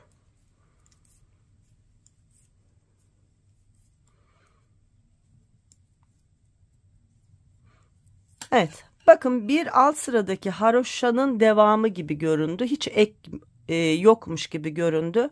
İlmeği bu şekilde aldığımız bu teknikten dolayı çok düzgün bir haroşa örgü elde etmiş olduk. Ona çok dikkat edin. İlmeği aynı benim aldığım gibi alın. Şimdi örgünün arka tarafındayım. Düz kenar olması için ilk ilmeği şişe boş aldıktan sonra şu ipi de biraz gerdirin arkadaşlar, bol kalmasın.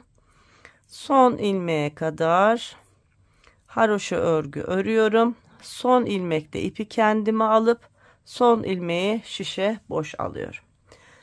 Düz taraftayım. Düz tarafta var olan ilmeklerin tamamını ilk ilmekte dahil haroşa örgüyle örüp sırayı tamamlıyorum.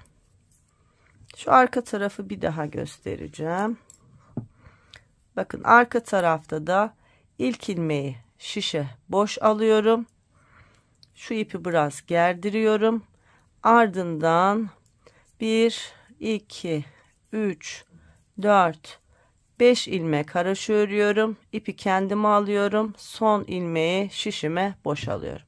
Bu şekilde kenar kısımlarımız düz kenar çalışması olmuş oluyor. Şimdi bu şekilde kaç sıra ve kaç santim öreceğiz? Hem sıra söyleyeceğim hem santim söyleyeceğim ama bence şöyle yapın arkadaşlar. Şu askı burada böyle sıkı sıkı durabilecek şekilde sıra sayınızı ayarlayın. Şimdi 2, 4, 6, 8, 10, 12, 14, 16, 18, 20, 22, 24, 26, 27, şöyle devam edelim. 28, 30, 32, 34, 36, 38, 40, 42, 44, 46, 48, 50, 52, 54, tam 55 diş haroşa boyunca ben askı çalışmamı yaptım. Bu benim için oldukça yeterli. Hatta isterseniz arkadaşlar şu tam omuz kısmında şurada bir gizli dikişle beraber omuzla askıyı da birleştirebilirsiniz. Eğer ördünüz, çocuğunuza giydirdiniz, bu askı biraz bol gelmişse, şayet aşağıya doğru kayıyorsa hemen şurayı tutturarak bu sorunu da halledebilirsiniz. Şimdi santim olarak kaç santim, hemen onu söyleyeyim. Şöyle tuttuğumda bakın 17 santim uzunluğunda, bir kenarı 17, yani 17 17 34 santim uzunluğunda bir askı çalışması çalışacağız. Sonra bakın arkaya yine çok düzgün bir şekilde birleştireceğiz. Şimdi askılarımızı örelim. Şu birleştirme çalışmasıyla devam edelim. Evet arkadaşlar, bantımı da ördüm. Artık bitti. Birleştirme yapacağım. Bu yüzden ipimi şöyle 20-25 santim uzunluğunda bırakarak kesiyorum ve ilmeklerimi dikerek birleştireceğim. Şöyle iğnemizi alalım.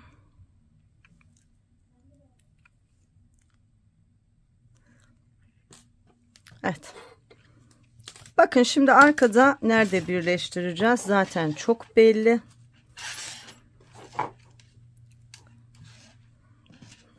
Bakın buradan da şöyle düzgünce aldığıma emin oluyorum. Şuradaki mesafe ne kadarsa buradaki mesafe de o kadar olacak. Bakın 1, 2, 3, 4, 5, 6, 7, 8, 9. haroşadan birleştirmeye başlamışım. Burada da yine aynı 1, 2, 3, 4, 5, 6, 7, 8, 9. haroşamız şurası. 1, 2, 3, 4, 5, 6, 7, 8, 9. Evet. Şimdi başlayalım. Bakın 7 ilmeğimiz var. Şimdi bu taraftan birleştireceğiz. Diğerini diğer taraftan birleştirdim. Şuradan itibaren sayıyorum. 1, 2, 3, 4, 5, 6, 7. 7 ilmeğimiz var. Tıpkı ilmek aldığım ipin olduğu yerden bakın şöyle araya giriyorum. Ve buradan birleştirmemi yapıyorum.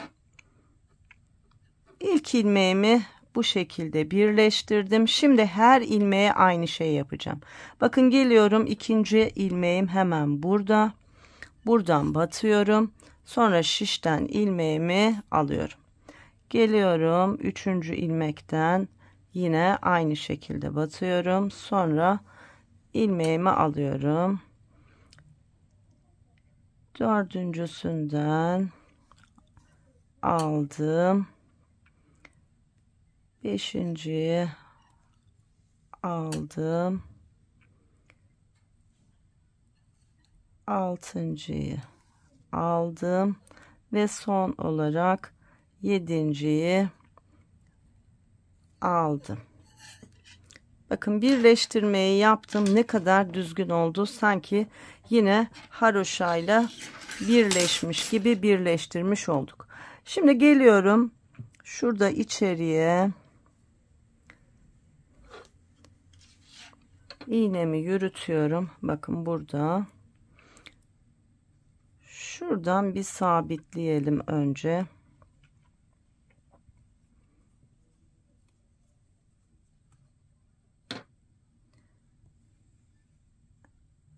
Evet, sabitledim. Şimdi haroşa dişlerimin arasından şöyle birkaç kez ipimi yürütüyorum ve fazla ipimi keserek temizliyorum. Bakın arka kısmımızda ne kadar düzgün oldu. Arkadaşlar şu omuzu birleştirdim. Bunu da birleştireyim. Birleştirmek isteyen arkadaşlar için bakın şöyle düzgünce yerleştiriyorum.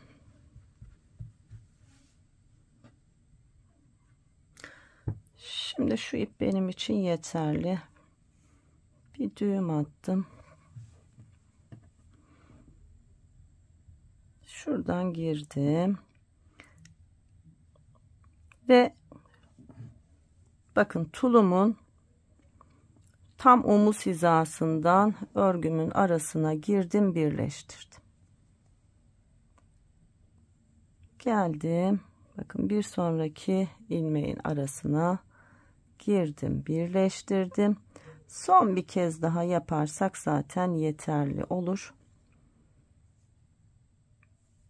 Buradan girdim. Şimdi yine örgümün içerisine şuradan göndereceğim. Ve burada düğümleyerek bitireceğim.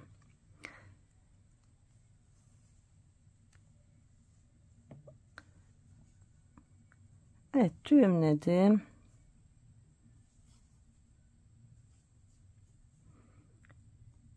Şimdi ipimle yürüttüm ve fazla ipimi de kestim. Buradan da hafif böyle birleştirmiş olduk. Böylece çok güzel olmuş oldu. Şimdi arkadaşlar şu A kısmında ilmeklerimiz vardı. Bu A kısmındaki ilmeklerimizi de birleştireceğiz. Hiç şişe takmadan anlatımını yapacağım. Böyle çok daha kolay anlayacaksınız. Bir üstten bir alttan giriyoruz ya. Onu karıştırıyorsunuz. O yüzden size çok daha kolay bir çalışma anlatacağım. Şimdi şunları çözelim. Şu içeride bir tane ipimiz vardı. Uzun bırakmıştık. Bundan dikişimizi yapacaktık. Hemen iğnemizi, ipimizi geçirelim.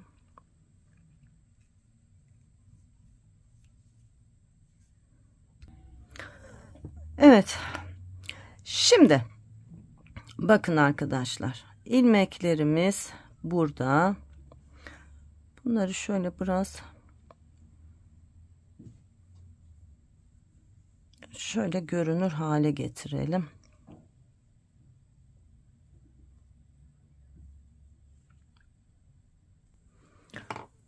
Aynı şeyi burada da yapalım. Hiç şişe takmadan dikeceğim. Böyle çok kolay anlayacaksınız. Bakın. Şimdi 2 ilmek bir tarafta, 2 ilmek bir tarafta. Önce şuradan batalım. Şu ilmek kaçtı? Bunu hemen düzelteyim.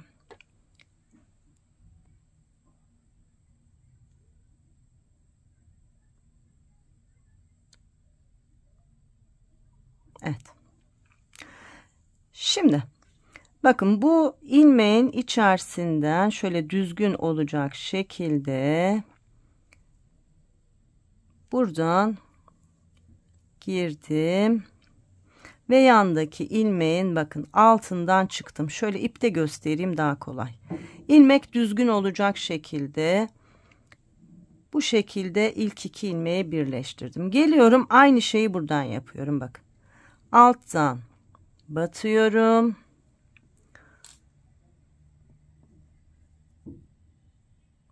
Sonra üstünden giriyorum. Bakın ilmek düz olacak ama buna dikkat etmemiz gerekiyor. Evet, ilk ilmeği yaptık. Şimdi burada şöyle takip edeceğiz. Şöyle açarsam daha rahat anlayacaksınız. Bakın bir önceki çıkış yaptığım ilmek burada, görüyor musunuz? Buna şöyle düz taraftan batıyoruz. Sonra yandaki ilmeğin ilmek düz olacak şekilde şöyle altından çıkıyoruz arkadaşlar. Çıktık. Geliyoruz bu tarafta. Bakın.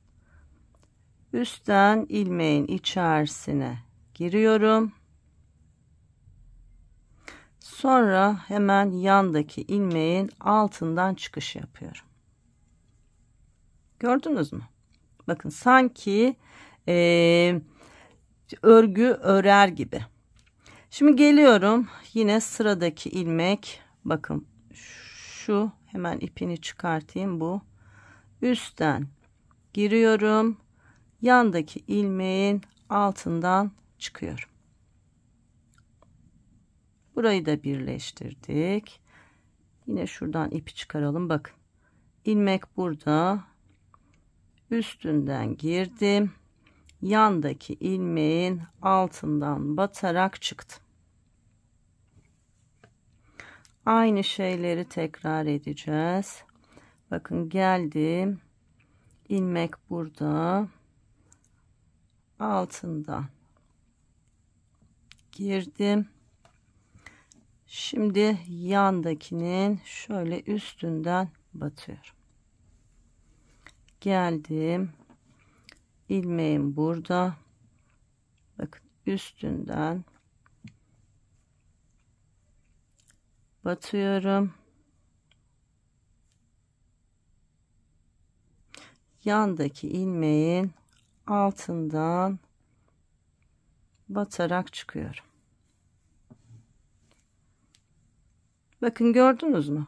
Normal, sanki örgü örer gibi. Şimdi altından çıktım. şöyle üstünden batarak aşağıya doğru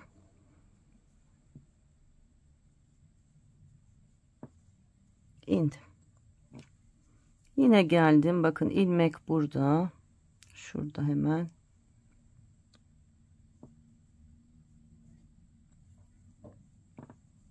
İpi çıkartalım. İlmeği rahat görelim. Bakın ilmek burada. Üstünden battım.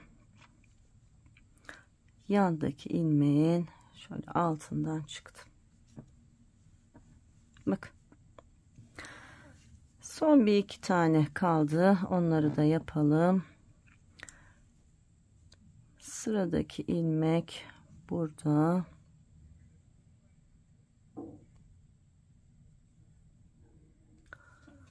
Evet, bakın üstünden girdim. Son ilmeğim bu. Yandaki ilmeğin içinden çıktım.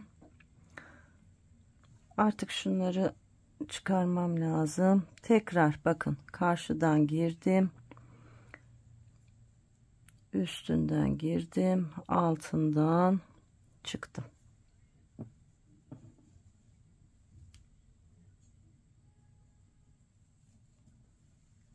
Evet, birleştirmeyi yaptık arkadaşlar. Şimdi şu kenarlarda hafif bir açıklık var. Bunları da şöyle birleştirerek temizliyoruz. Evet, birleştirdikten sonra da arkadaşlar şöyle örgümüzün içerisine iğnemizi gönderelim. Burada düğümleyerek bitirelim.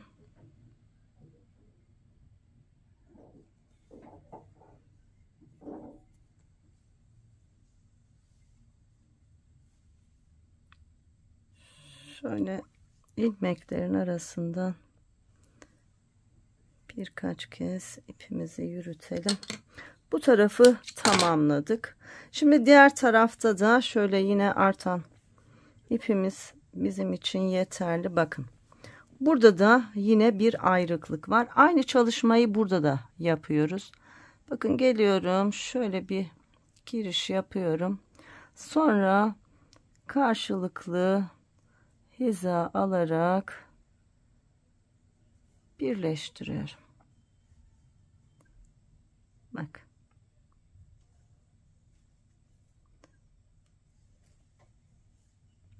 Bakın burayı da kapattım. Şimdi yine şöyle örgümün içerisine iğnemi gönderdim. Burada da düğüm atarak sabitleyelim. Sonra örgümüzün içerisinden şöyle birkaç kere yine yürütmemiz yeterli. Evet. Bakın ne kadar düzgün bir ağ çalışması yapmış olduk. Sanki hiç dikilmemiş, bütün örülmüş gibi. Şimdi arkadaşlar son olarak şuraya şöyle yakamıza güzel bir papyon çalışmamız var. Onu da yaparak artık çalışmamızı tamamlayalım. Şimdi papyon çalışmamızda da arkadaşlar 2 4 6 8 ilmeğe 2 4 6 8 9 ilmeği toplamda 2 4 6 8 10 12 14 16 18 20 22 23 diş haroşa boyunca ördüm. Şöyle 2 kat güzel bir papyon çalışacağız. İpimi biraz uzun bıraktım kesim yaptıktan sonra. Önce şu iki ucu birleştireceğiz arkadaşlar. Karşılıklı ilmekleri hiza alarak birleştiriyorum.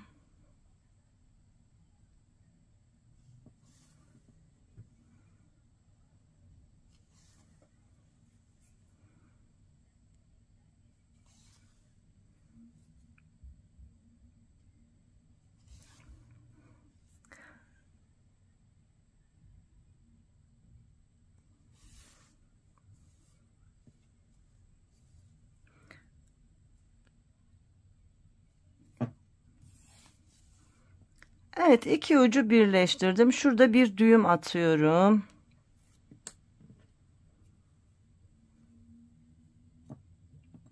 Düğümümü de attım. Burası bakın benim tam orta noktam oluyor. Şöyle ikiye katlıyorum. Tam orta noktam olmuş oluyor. Şimdi şurada tam orta kısımdan batarak yukarıya kadar iğnemle çıkıyorum. Bunu büzme işlemini rahat yapabilmek için yapıyorum. Bakın yukarıya kadar çıktım. Şimdi şu şekilde büzdüm ve artık geri kalan iple beraber böyle sıkıca sararak bir fiyonk oluşturuyorum.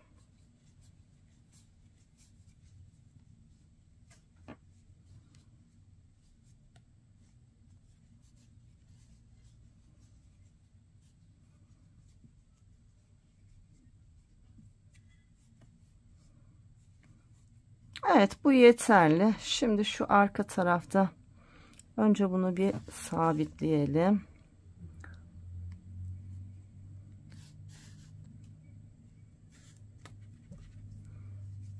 Evet, fiyongumuz oluştu. Gayet de güzel oldu. Şimdi bunu tam şu ilik düğme kısmının, şuranın hemen altında olacak şekilde şuraya şöyle tutturuyoruz arkadaşlar. Bakın tam burası oldukça ideal.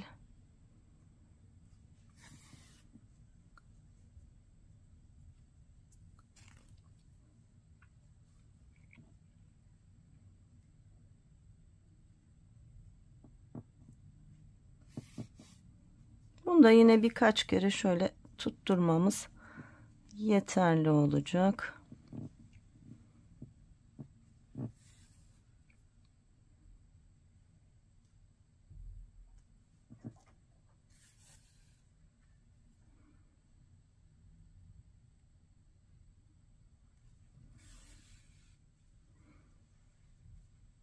Evet, gayet düzgün oldu. Artık bunu da burada düğümleyerek kesebiliriz.